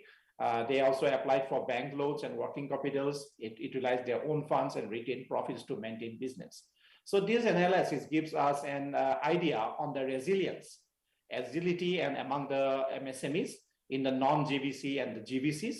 And it shows that GVC MSMEs are in better position to recover from pandemic because of the access to finance, better financial status, and provides markets and provided that the market remains stable. So the takeaway from this slide is basically that our Mekong MSMEs, we need to build up more market linkages with the Koreans investments or in the Korean market. So that will allow in terms of access to finance, credit, innovations, R&D, and remain stable and competitive in the market. Next slide, please. Let us look into different coping strategies the MSMEs have adopted. This is also based on a study which Mekong Institute conducted with support from Republic of Korea. So among the strategies, you can see that reduction of cost, adoption of new promotion strategy, and changing new target customers were more strategic decisions made by SMEs. Adopting new promotion strategy and cost reduction has been the key strategy to cope during changing target customers are also emerged as important. So majority of SME survey respondents reported that they have observed like 10 to 20% decrease in exports and imports. Next, please. Based on this situation, the Mekong governments have also adopted different policy measures to support MSMEs. So transport and border restrictions, social distancing lockdowns, though they have disrupted supply chain, decreased consumer demand, and reduced cash flow. As a result, SMEs are not able to pay rent, wages, supplies, etc. In terms of policies, Mekong countries are adopting a wide range of policy measures. To ease the cash flow, the countries have introduced like differing payments of income tax, excise duties, and other payments by the businesses. Another is credit. There's increased the availability of credit to SMEs by using various approaches like direct lending through state-owned banks. Our speaker from Mekong already mentioned, they also reduce interest rates on special loan, extending grace periods, etc. In most cases, they have targeted at specific sectors. For example, a loan scheme in Myanmar, for example, is targeting at the country's textile sector. in Cambodia is being targeted to the agricultural sector. I think these are very well taken measures by our Mekong countries to support MSMEs in the dynamic or the emerging sectors. Some of the Mekong countries also develop more sophisticated mechanisms such as to address specific crisis need and tailor their products and services according to the demand. There are also wage support. Some of the Mekong countries like Thailand, they are providing wage support and income support for employees who are temporarily laid off, or also providing some kind of safeguard employment to the companies. Next, please. Let us look into the impact. What has been the impact in terms of in the business sector? So here I have put it in terms of heaviest impact, heavy impact with quick recovery, moderate impact, and mild impact. So these are type of these different sectors. I'm not specifying more into MSMEs, but these are large sectors where MSMEs or SMEs functions, or even medium enterprises are functioning. So heaviest impact is shown in a deep red block on the right hand side. These refers to airlines, hotels, banking, restaurant, entertainment, retail, education, etc. So these block or witness the heaviest impact, and these will have slow recovery. What we observed that this sector have received the heaviest blow in this pandemic, and their recovery will be slow.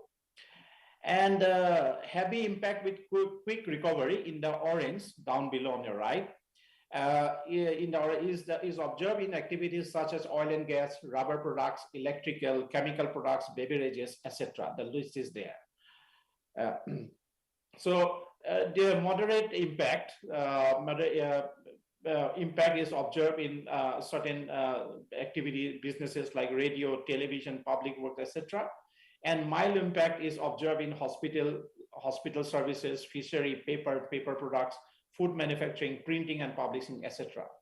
The first two groups, red and orange, are heavily impacted within this group of industries, which are affected by income shock or demand shock, and are likely to take longer term to recover than those affected by supply chain disruptions. The other two groups, yellow and gray on the left, would see moderate and mild impact. Next, please. COVID has also led to new and emerging opportunities. So I have tried to make a quick snapshot of what are the kind of businesses that are upcoming or are in high demand, and how the COVID new normal situation is leading to in terms of new business opportunities. So electronics, there is positive impact of trade diversion. This is basically the halting of Chinese production facilities, which has forced their buyers to divert orders to other suppliers. This included markets in the United States, Singapore, and Vietnam. Global demand for electronic goods is weakening and could hold back the next evolution in the industry, which could be driven by a transition of 5G technology. So this is a new trend which is emerging that we are now already experiencing. So investors, potential SMEs who are thinking of getting into new businesses may like to diversify on this kind of technology use. Agriculture, benefit from demand for crops that provide food security. There is a rising demand for rice, canned with fruits and vegetables, dried and canned food, chilled and frozen chicken, etc. So demand for rubber, especially latex, will surge, will increase because of high demand of surgical gloves, and also cassava seeds, which are to make alcohol-based sanitizer. I think this is a good signal for our Mekong country. Many of our Mekong country have a huge production of cassava. We witnessed a big fall of cassava demand in the last couple of years. I think with this pandemic, this is an opportunity, blessing in disguise probably, that our cassava farmers, if they link up with the manufacturing base in Cambodia, Lao Pdr, Myanmar, Vietnam, even Thailand, so could access to a new form of businesses. Digital services. So cross-border trade in digital service, particularly the video conferencing, the thing that we are doing now, entertainment, professional services are growing in demand. So this is basically for the startups and the young professionals, that could be a very potential market for our young entrepreneurs coming with the high-tech or the digital backup kind of technology to explore new businesses in the digital arena. Remote education, as we know that because of the lockdown, work from home and all this, so remote education is vogue. So a lot of opportunities coming in, particularly on online education. Anywhere people can learn anything, so this is being made enabled and as also giving us more and more opportunity, which is basically powered by cross-border digital services like virtual classroom, and also homework portals, etc. Delivery service, this is emerging. As we know, we are also very much dependent on this. We call it the on-demand delivery services due to demand in growing e-commerce services, whether it is food delivery for your lunch, breakfast, or whatever, delivery of consumer products. So everybody is getting online, and you can see how busy this kind of retail, online retail are getting into. So these are also another opportunities. Then you have this logistic services. As we know that e-commerce fulfillment requirements are increasing, and hence diversified logistic services are big in demand with new ways of doing things like social distancing, automation, touchless cargo handling. So these are now new ways of logistic services coming in. At the same time, online orders are increasing, leading to fast changing requirements. As for instance, now business to consumer is increasing, while business to business, B2B, is decreasing. So this is another kind of a new trend our policymakers may take note of. Healthcare, insurance, and telemedicine. This is another area I think is very important and gaining importance in terms of business. So health concerns have put people on high alert, as we all know and experiencing it. COVID protocols for health requirements, safety are also raising to new business trends in the healthcare and the wellness sector. So these are some of the emerging areas. Next, please. Excuse me, Director. Would you please make a little bit shorter because we are already behind over the schedule. Last slide, yeah. Okay, thank you. I have a couple of slides because of limitation of time. I'm closing my session. I will just put the last slide here.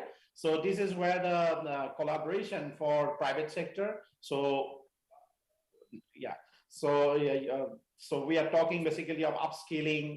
We are talking of digitization, new markets, and where the private sector can work together with the government and other development partners to promote or to build resilience among the MSMEs. Last slide. Yeah, so the last slide is basically on Mekong-ROK cooperation. So we can see that the cooperation need to be further promoted or further deepened, particularly in development of hard and soft structure that relate to human resource development, economic connectivity, basically to promote regional and interregional trade, cooperation in health and education sector. And at the same time, ROK cooperation can also look into issues related to protectionism measures. Our earlier speakers have also highlighted this, and I strongly propose that this is some area where Republic of Korea and Mekong countries can work together to reduce any kind of protectionism measures that affect our local business. At the end, policy dialogue will be crucial in the Mekong-ROK cooperation mechanism to ensure that the Mekong countries overcome the supply constraints and the low demand problem and meet these issues together and address these challenges together. Thank you very much for listening to my presentation. Thank you, Director, for sharing in detailed presentation. And let me introduce the moderator and panel discussion panelist. As a moderator, Lee Johan, professor of Busan University Foreign Studies. He's here with us. Welcome. And next, Dr. Tan Munivan from Cambodia, Dr. Saivandit Raspon from Laos, and next, Mr. Ed Toon from Myanmar, and Mr. Olam Viranand from Thailand, and lastly, Kang Moon-sung, professor of Korea University. So I will hand over the mic to our moderator. Please begin. 네, 방금 소개받은 부산에 대해 Well, as was introduced, my name is Lee Johan, and I am the professor at Busan University of Foreign Studies. I'm very delighted to be here, and given the time constraints, I had to ask you to keep your presentation quite short. My apologies to the presenter for that. As a moderator, I think it's very important that I make sure that everybody keeps to their time. So let me cut my comment short. I'd like to ask Dr. Tam Monivant, Vice President of the Cambodia Chamber of Commerce, to begin the discussion. And because of the time constraints, I would have to remind everybody after the 5 minutes has passed to stop so that we can move on to the next discussion. So I'd like to ask you for your understanding before we begin. 네, 운영화 박사 진행해 주십시오. Yes, please go ahead.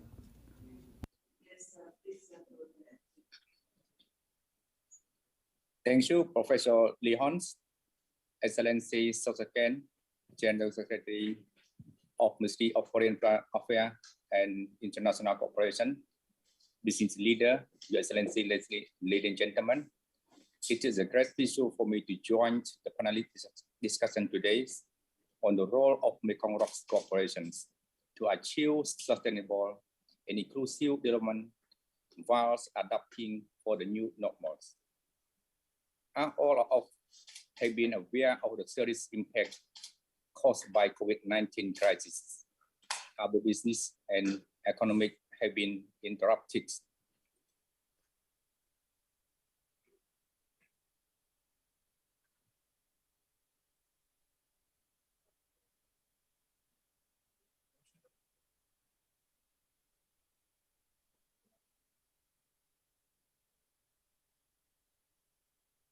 Levels.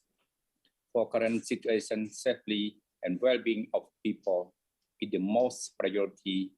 Hence, vaccinations is immediately and necessary actions only if majority of population get vaccinated. We can make sure that COVID-19 could not longer harm to the people. Then gradually we are reopen the country and conduct business and as usual to be new normals. Hopeful the scientists would be able to explore the medicine to curse and COVID-19. Now we have someone saying that we are not safe until everyone is safe.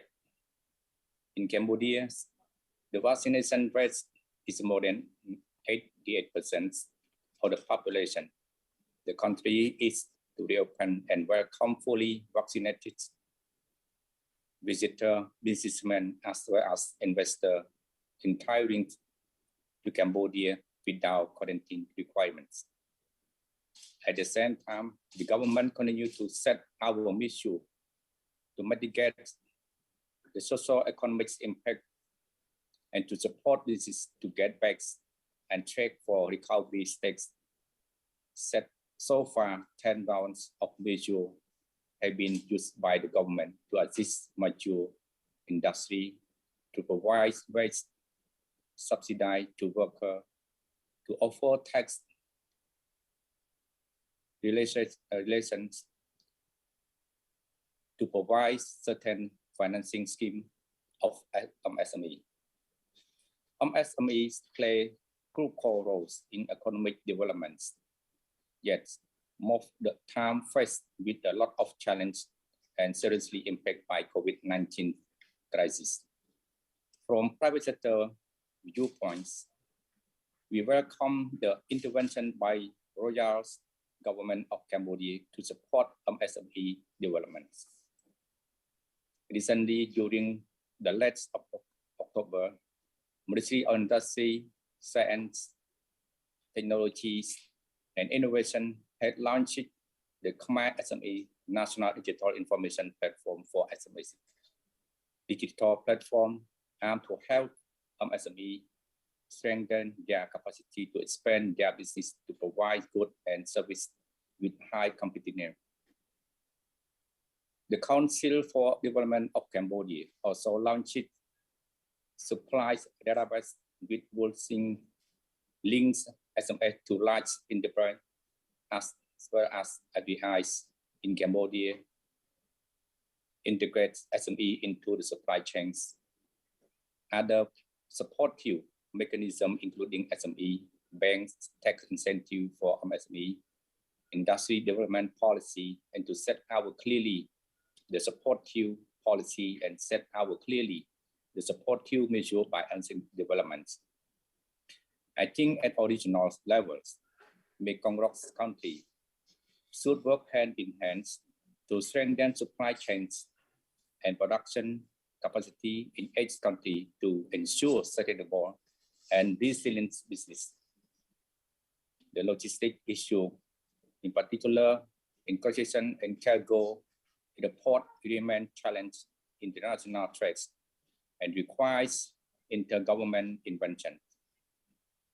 I suggest government of the Mekong-ROK country to address together whilst maintaining close dialogues with the private sector.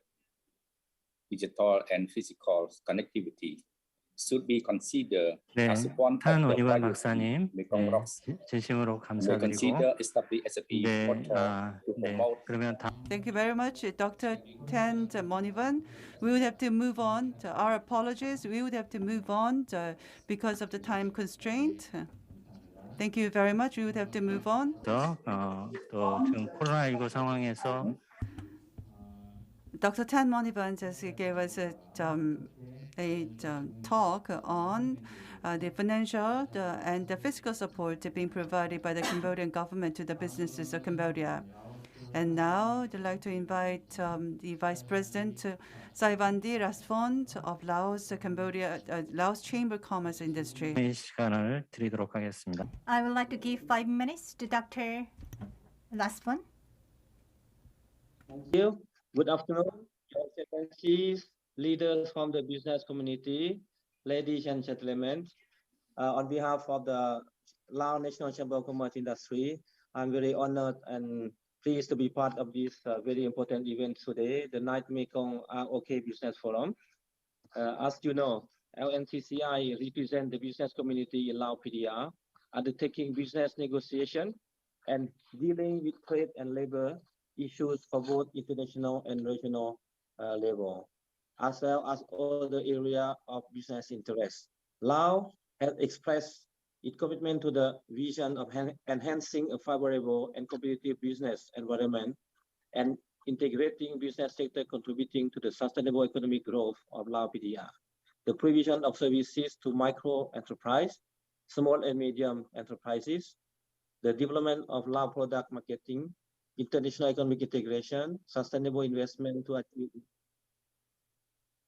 We believe that we will be able to achieve many of our goals with the SME Services Center as the main coordinator, working with various associations and networks of business development, consultant the implementation of professional and advocacy activities.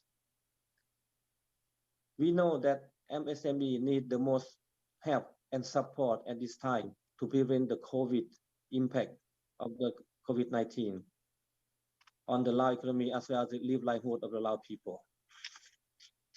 For your information, the completion of the nearly $6 billion high-speed railway project from Kunming City to Vientiane, Laos, just completed and been operated recently at the beginning of this month on the occasion of the National Day 46 years anniversary. As you know, the Lao country opened its stock market exchange in 2011 with the help and support of the Korean and business people. Lao has become a rising regional player in the hydroelectric power supply to its neighbor like China, Cambodia, Vietnam, and Thailand.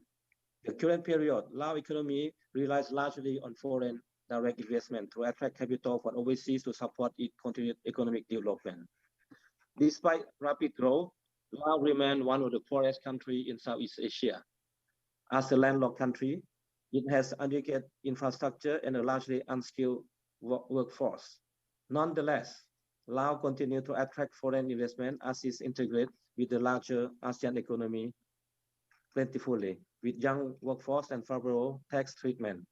From 28 to 20, there has been more than 200,000 business registered enterprise, which include about 2,086 sector with a value of about $30 billion.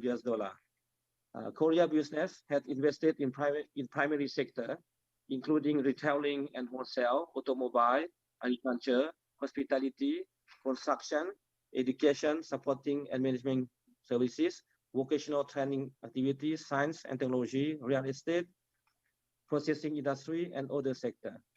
From 2015 to 20, the trade relation between Laos and Korea has been continuously expanded. In 2020, the trade value of both countries is about $38.2 million. It was a decrease of about 40.3% compared to previous year, where Laos export value was 4.9 million and import value about 33.2 million. The trade relation between the two countries is organized in accordance with the agreement between ASEAN-Korea cooperation. The COVID-19 outbreak is expected to further intensify the country's macroeconomic vulnerability. The limited fiscal and foreign currency buffer constraining the ability to government of Laos to mitigate economic impact of the pandemic. It is advisable to strengthen the logistic cooperation to keep links open between the countries in the region. This would facilitate the transport of essential goods and benefit small and medium-sized enterprise looking to establish in this new market. Finally, I wish for today's event a great success that will foster more cooperation and support to each other for the Mekong-ROK countries from now on. Happy to make new friends while staying strong and safe to all of you. Thank you and best of luck. Thank you. 네, 라스폰 박사님. Thank you very much, Dr. Raspon, and I would like to thank you very much for keeping to the time allocated to you. I would like to invite our next panel discussant. The next discussant is Roland Wenon, the Ayatun of the Myanmar's the Federation of Chambers, Commerce and Industry.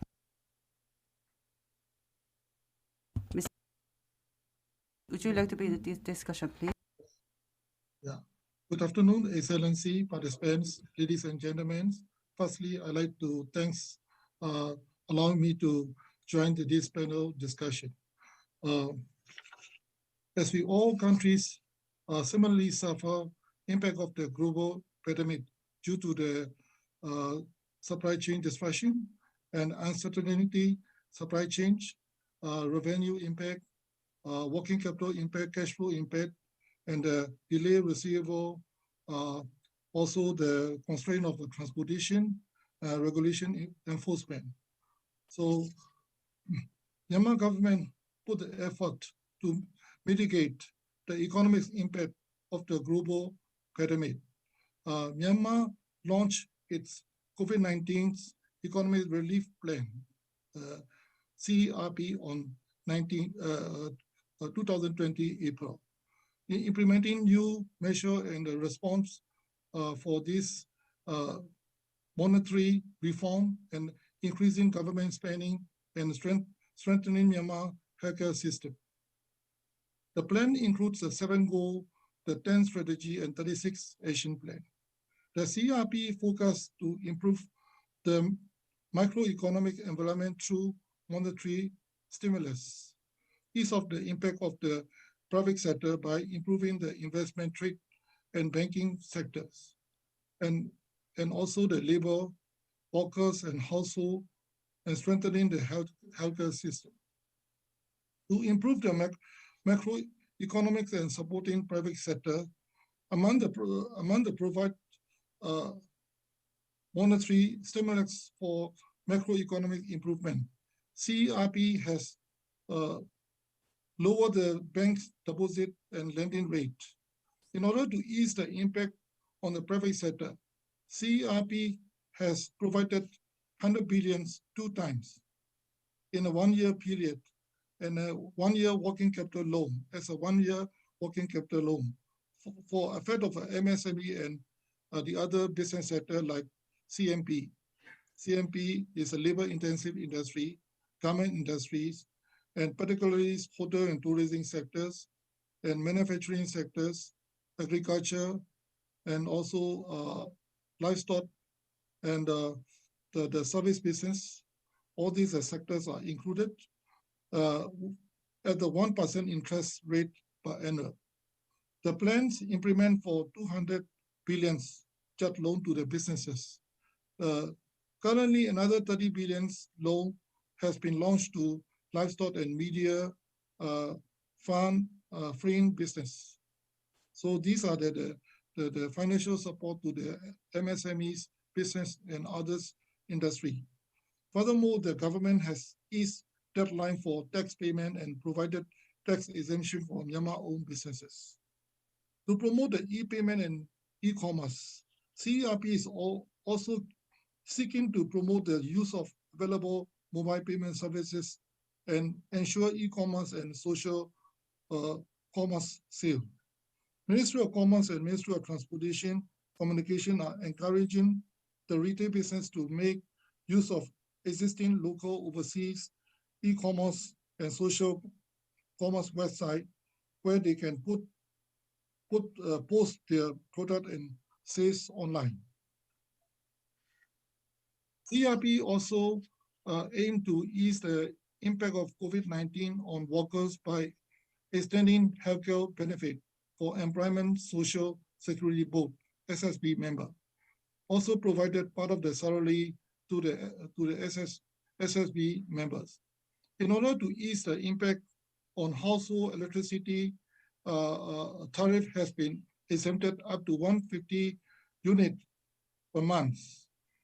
As of a cash and in-kind transfer to the household and provided food and some of the package, cash package to all this the public, the poor level public.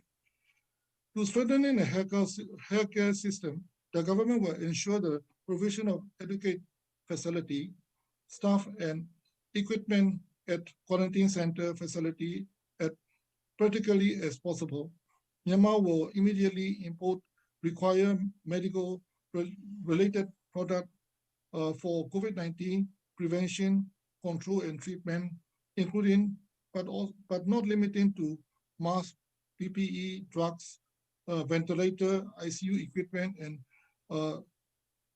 cardiovascular support tools. So now, 네, now 애튼 선생님 죄송합니다. 여기까지. Our apologies. We have to now move on. Thank you very much for your very valuable input. We heard about the Myanmar economic situation and the importance of the labor-intensive industry and the agricultural, livestock industries as a support provided to those industries, and also about the cash support and various support measures provided by the Myanmar government has been explained by Mr. Ayatun. Next, we would like to invite Mr. Olan Wirnon for the discussion. 올란 선생님은 태국 상공회. Okay. Mr. Oran Wirnon is from JSCCIB. Okay. So distinguished guests, ladies and gentlemen, my name is Olan Wirnon. You can call me Bom. Very easy for you. I am the CEO and co-founder of the ROK Corporation. It is my great honor to share the viewpoint from the private sector as we work a lot with the public sector and the community in Thailand and international about how to increase collaboration and support startup and SME in many sectors. Today, I will talk about 3 points, but as the time limited, maybe 2 points enough. The first one is the policy to ease the financial problem. The second one is intergovernment cooperation, and the last one, the law of the ROK-MEKONG. For the first one, the policy to ease the financial problem. Many policy, in my view, many policy are ill-equipped for the systemic failure. Seen with issues like the COVID-19 and global climate change, to name a few of issues we face today. The problem with many policy today is that they treat systemic and very complex problem like a simple technical problem. To give an example, imagine that you would like to change the pipe in your house. This is a technical problem. The answer is clear from onset. And we all know that you have to call the expert, a plumber, have they come to our house, access the problem, identify the resource and money required to fix the problem, and then fix it. But the complex problem through this system doesn't really work. Worse yet, we try to approach the complex problem like a technical problem. We produce unexpected consequence. Also, complex problems like what we are here to discuss today are constantly changing, adapting to challenging that policymaker often cannot see. I think the way we address this problem is to view them not as technical problem where we get a bunch of experts together and throw the money at the problem, but really consider them as an adaptive challenge. Here, with adaptive challenge like COVID-19, we are present as opportunity to learn and evaluate the system we have in place in the past in order to build a better system for the future. For example, in relationship of the complex problems to the global climate change, we have to start to work with the local farmer across span of land in Thailand, more than 1,500 acres, in order to encourage more sustainable agriculture practice in a form of co-planting space. We call this project Yak Khiao or Green Giant in English. This land is held by farmers, and we enforce strict and sustainable practice in farming, where private companies are allowed to give back and buy carbon credit, which amount to planting carbon-friendly and pollution-reducing plants of many varieties of make-use cutting-edge architect practice. For example, tracking each crop with regard to amount of carbon it reduced, as well as visual tracking of how plants growing and fitting into environment. For the second section, intergovernmental cooperation. In my personal company, during cooperation, from the start until today, as a company with valuation about around 10 million USD within 3 years, or even our work at the Office of SME Promotion, we always try to take the holistic approach, understanding systemic problem, and this is why this event today is really important. For me, I think the best way to address the problem we see today is learn from one another as we do together, recognize our strength and weakness, and approach the problem from the regional perspective. I always encourage the company we work with to think global from day one. This event is no different. We are approaching our nation individual experience with a collective desire and create change. I think parallel in the really careful way to dealing with the situation like a COVID is the act as the OPSI. OPSI is the Observatory of Public Service Innovation, has done the setting up node and ecosystem of regional innovation across the world. 미라운드 선생님, Which way each 대단히 죄송합니다만은 토론을 Apologies, Mr. Orang Weranond. It seems that your time is up, and would like to move on to the next panel discussant. Thank you very much for your discussion, particularly in the area of climate change or the areas which require ROK-MEKONG cooperation. Thank you very much. Now, let me invite our last panel discussant. The last discussant is Professor Kang Mun-sung of Korea University. Mun-sung come from Korea University, and I'm the last discussant in the last session, so I will be very brief. My comments and the remark will focus mainly on SME participation in trade. As you may know, we, as Dr. Tuta said, e-commerce and ICT-based services offer new opportunities to access international markets and help circumvent obstacles to trade. In recent years, digital technology and internet have provided many more avenues for SMEs to reach customers in both domestic and global markets. Under the COVID-19 pandemic, I think this kind of opportunities are really, really important and more important than before. And we found that there are many benefits of SME participation in trade. Indeed, trading directly or indirectly is associated with higher productivity, higher wages, and more innovation. And the academia just found that and very strong support for reinforcing impacts of innovation and exporting on SME growth and the potential for virtuous cycle in which innovation drives exports, and then external knowledge gained from the export markets drives further innovation and the growth. The size of a company is still a strong determinant of the use of e-commerce, with the SMEs in most countries are lagging behind larger counterparts in online buying and selling. So the academia found that despite the emergence of new opportunities for SMEs to connect to world markets, SME participation in trade remains relatively limited. Then how can we cooperate with each other?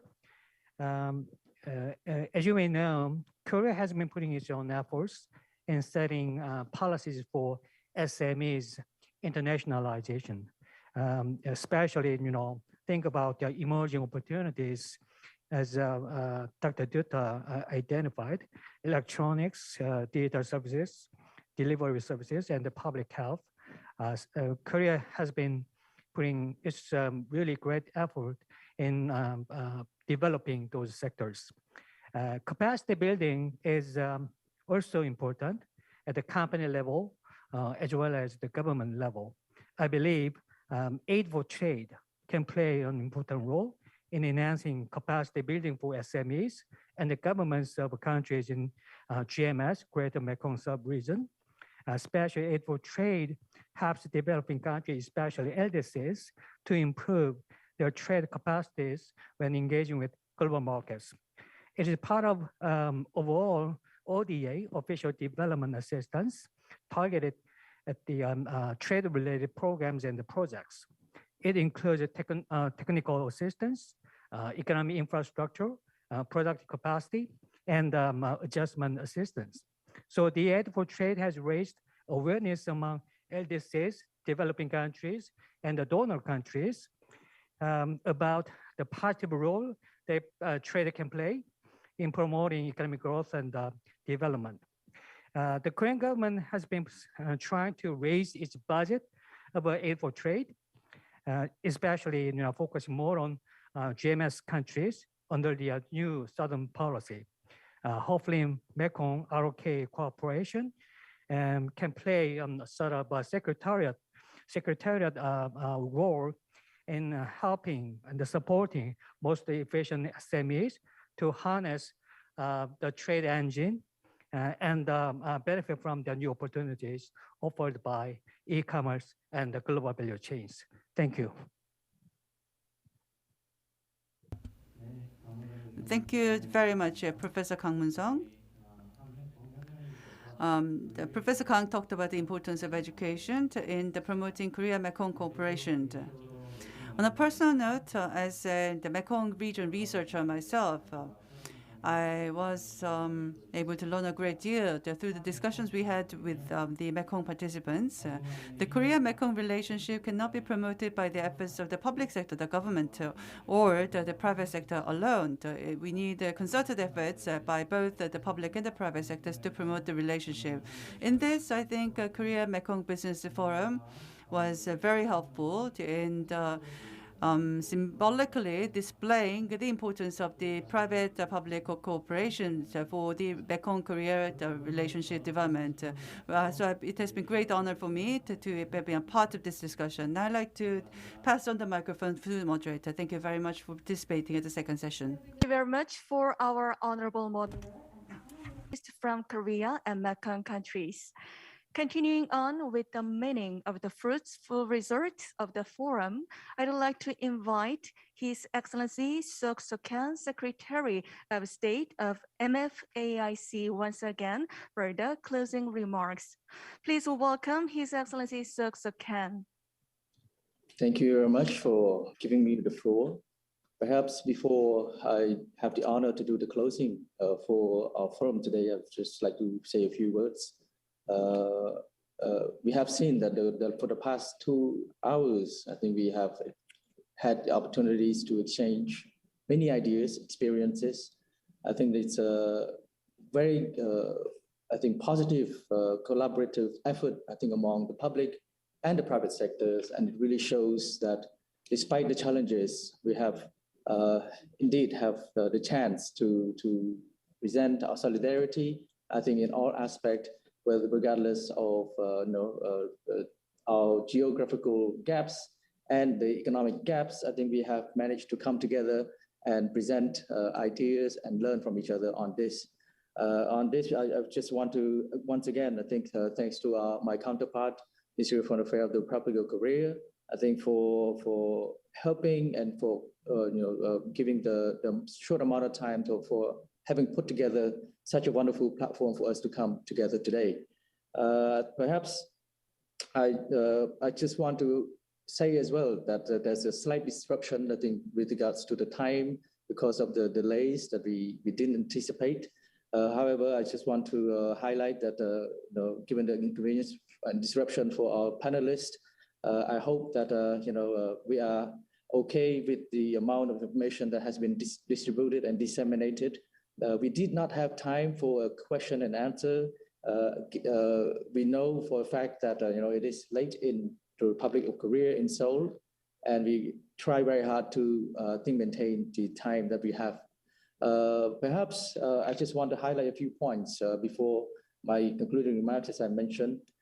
In session one, as it was well represented by our Korea Institute for International Economic Policy with regards to numerous, I think, challenges as well as opportunities and the general landscapes of what to expect within the region. I think we have seen that the shifting of macro environmental factors that have caused slight or even major disruptions for all of our economies, including the MSMEs. I think with regards to the Human Development Index and the Economic Vulnerability Index, clearly there are major significant impacts and disruptions, and this will ultimately, I think, affects many economic progress that we are anticipating before the COVID, and we have to actually have a lot of innovative solutions, I think regulatory measures to ensure that the recovery efforts are in line with our vision and that the timeframes that have been lost can be made up very efficiently and effectively. I think we also have to recognize that there is a clear geopolitical, I think, implications in terms of the progress within our sub-region, as highlighted by our panelists, I think within the session one as well, the rise of mini-lateralism, which somewhat affects the way we engage and shifting of, ultimately implication on the global value chains, global and regional value chains.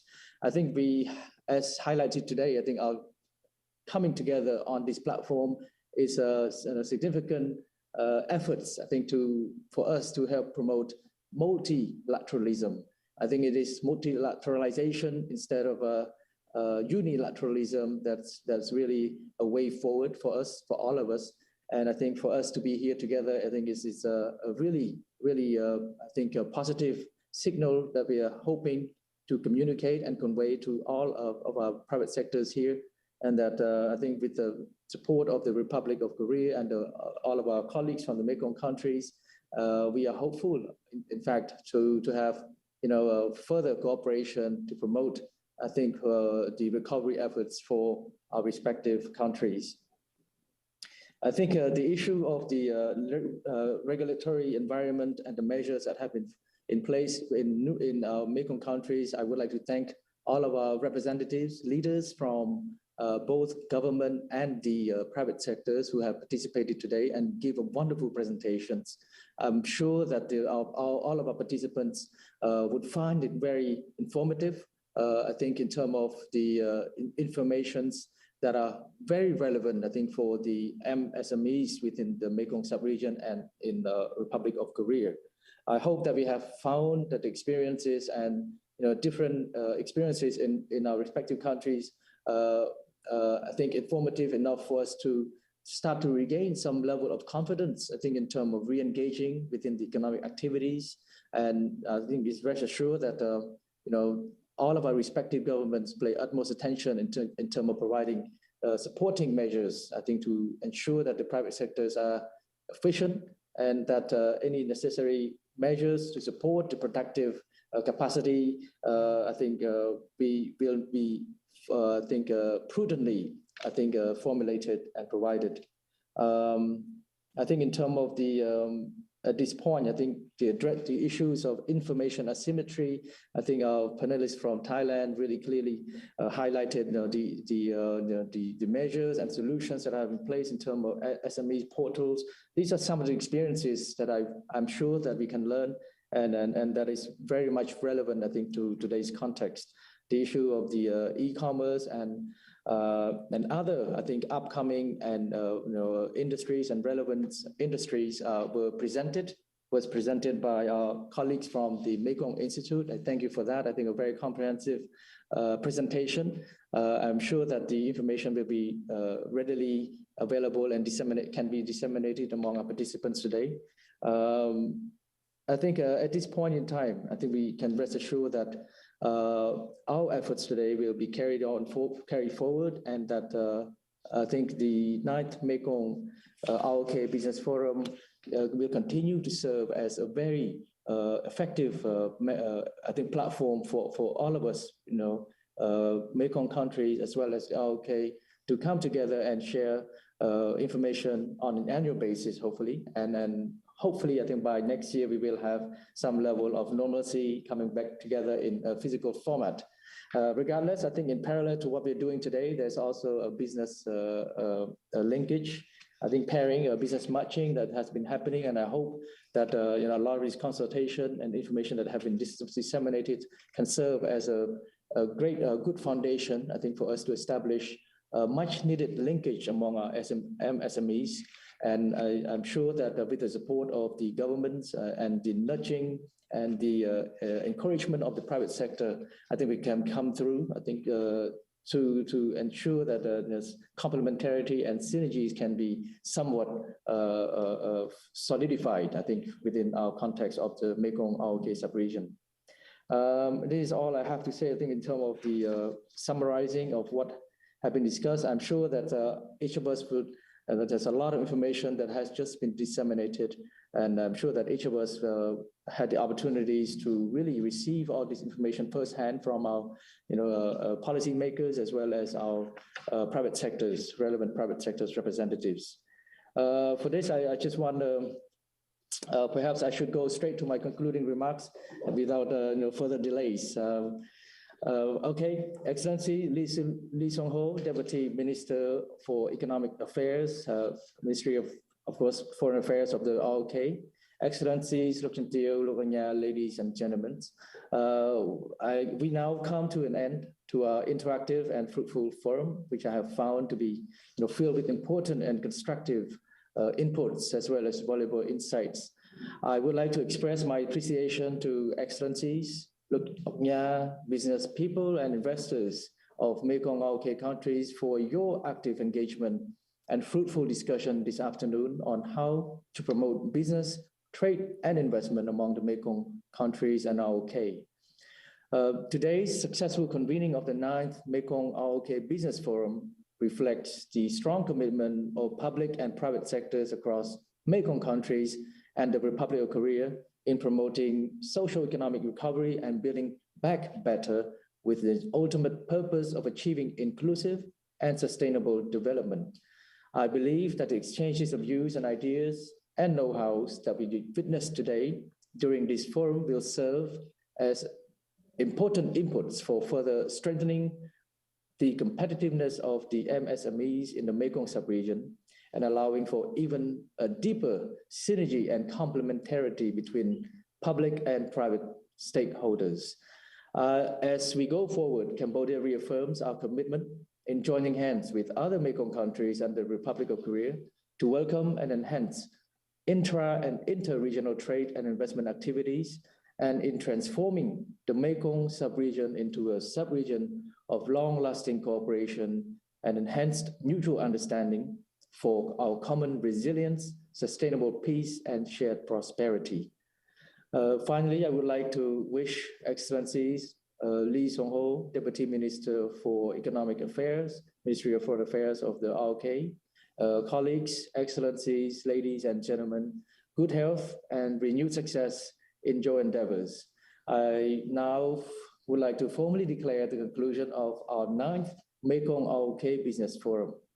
Thank you very much for participating, and please have a wonderful day and evening in Korea. Thank you very much, excellencies. Thank you, excellencies, for your sincere contribution and wonderful closing remarks. Once again, on behalf of host and organizer of the forum, I'd like to extend my sincere gratitude all our moderator and presenters and discussant for your sincere contribution. And I'm very grateful to all the participants online and offline for watching this long event. And I hope to see you all again from Mekong countries and Korea in person, face to face, after we overcome the COVID-19 altogether. I hope your happiness and health. Thank you.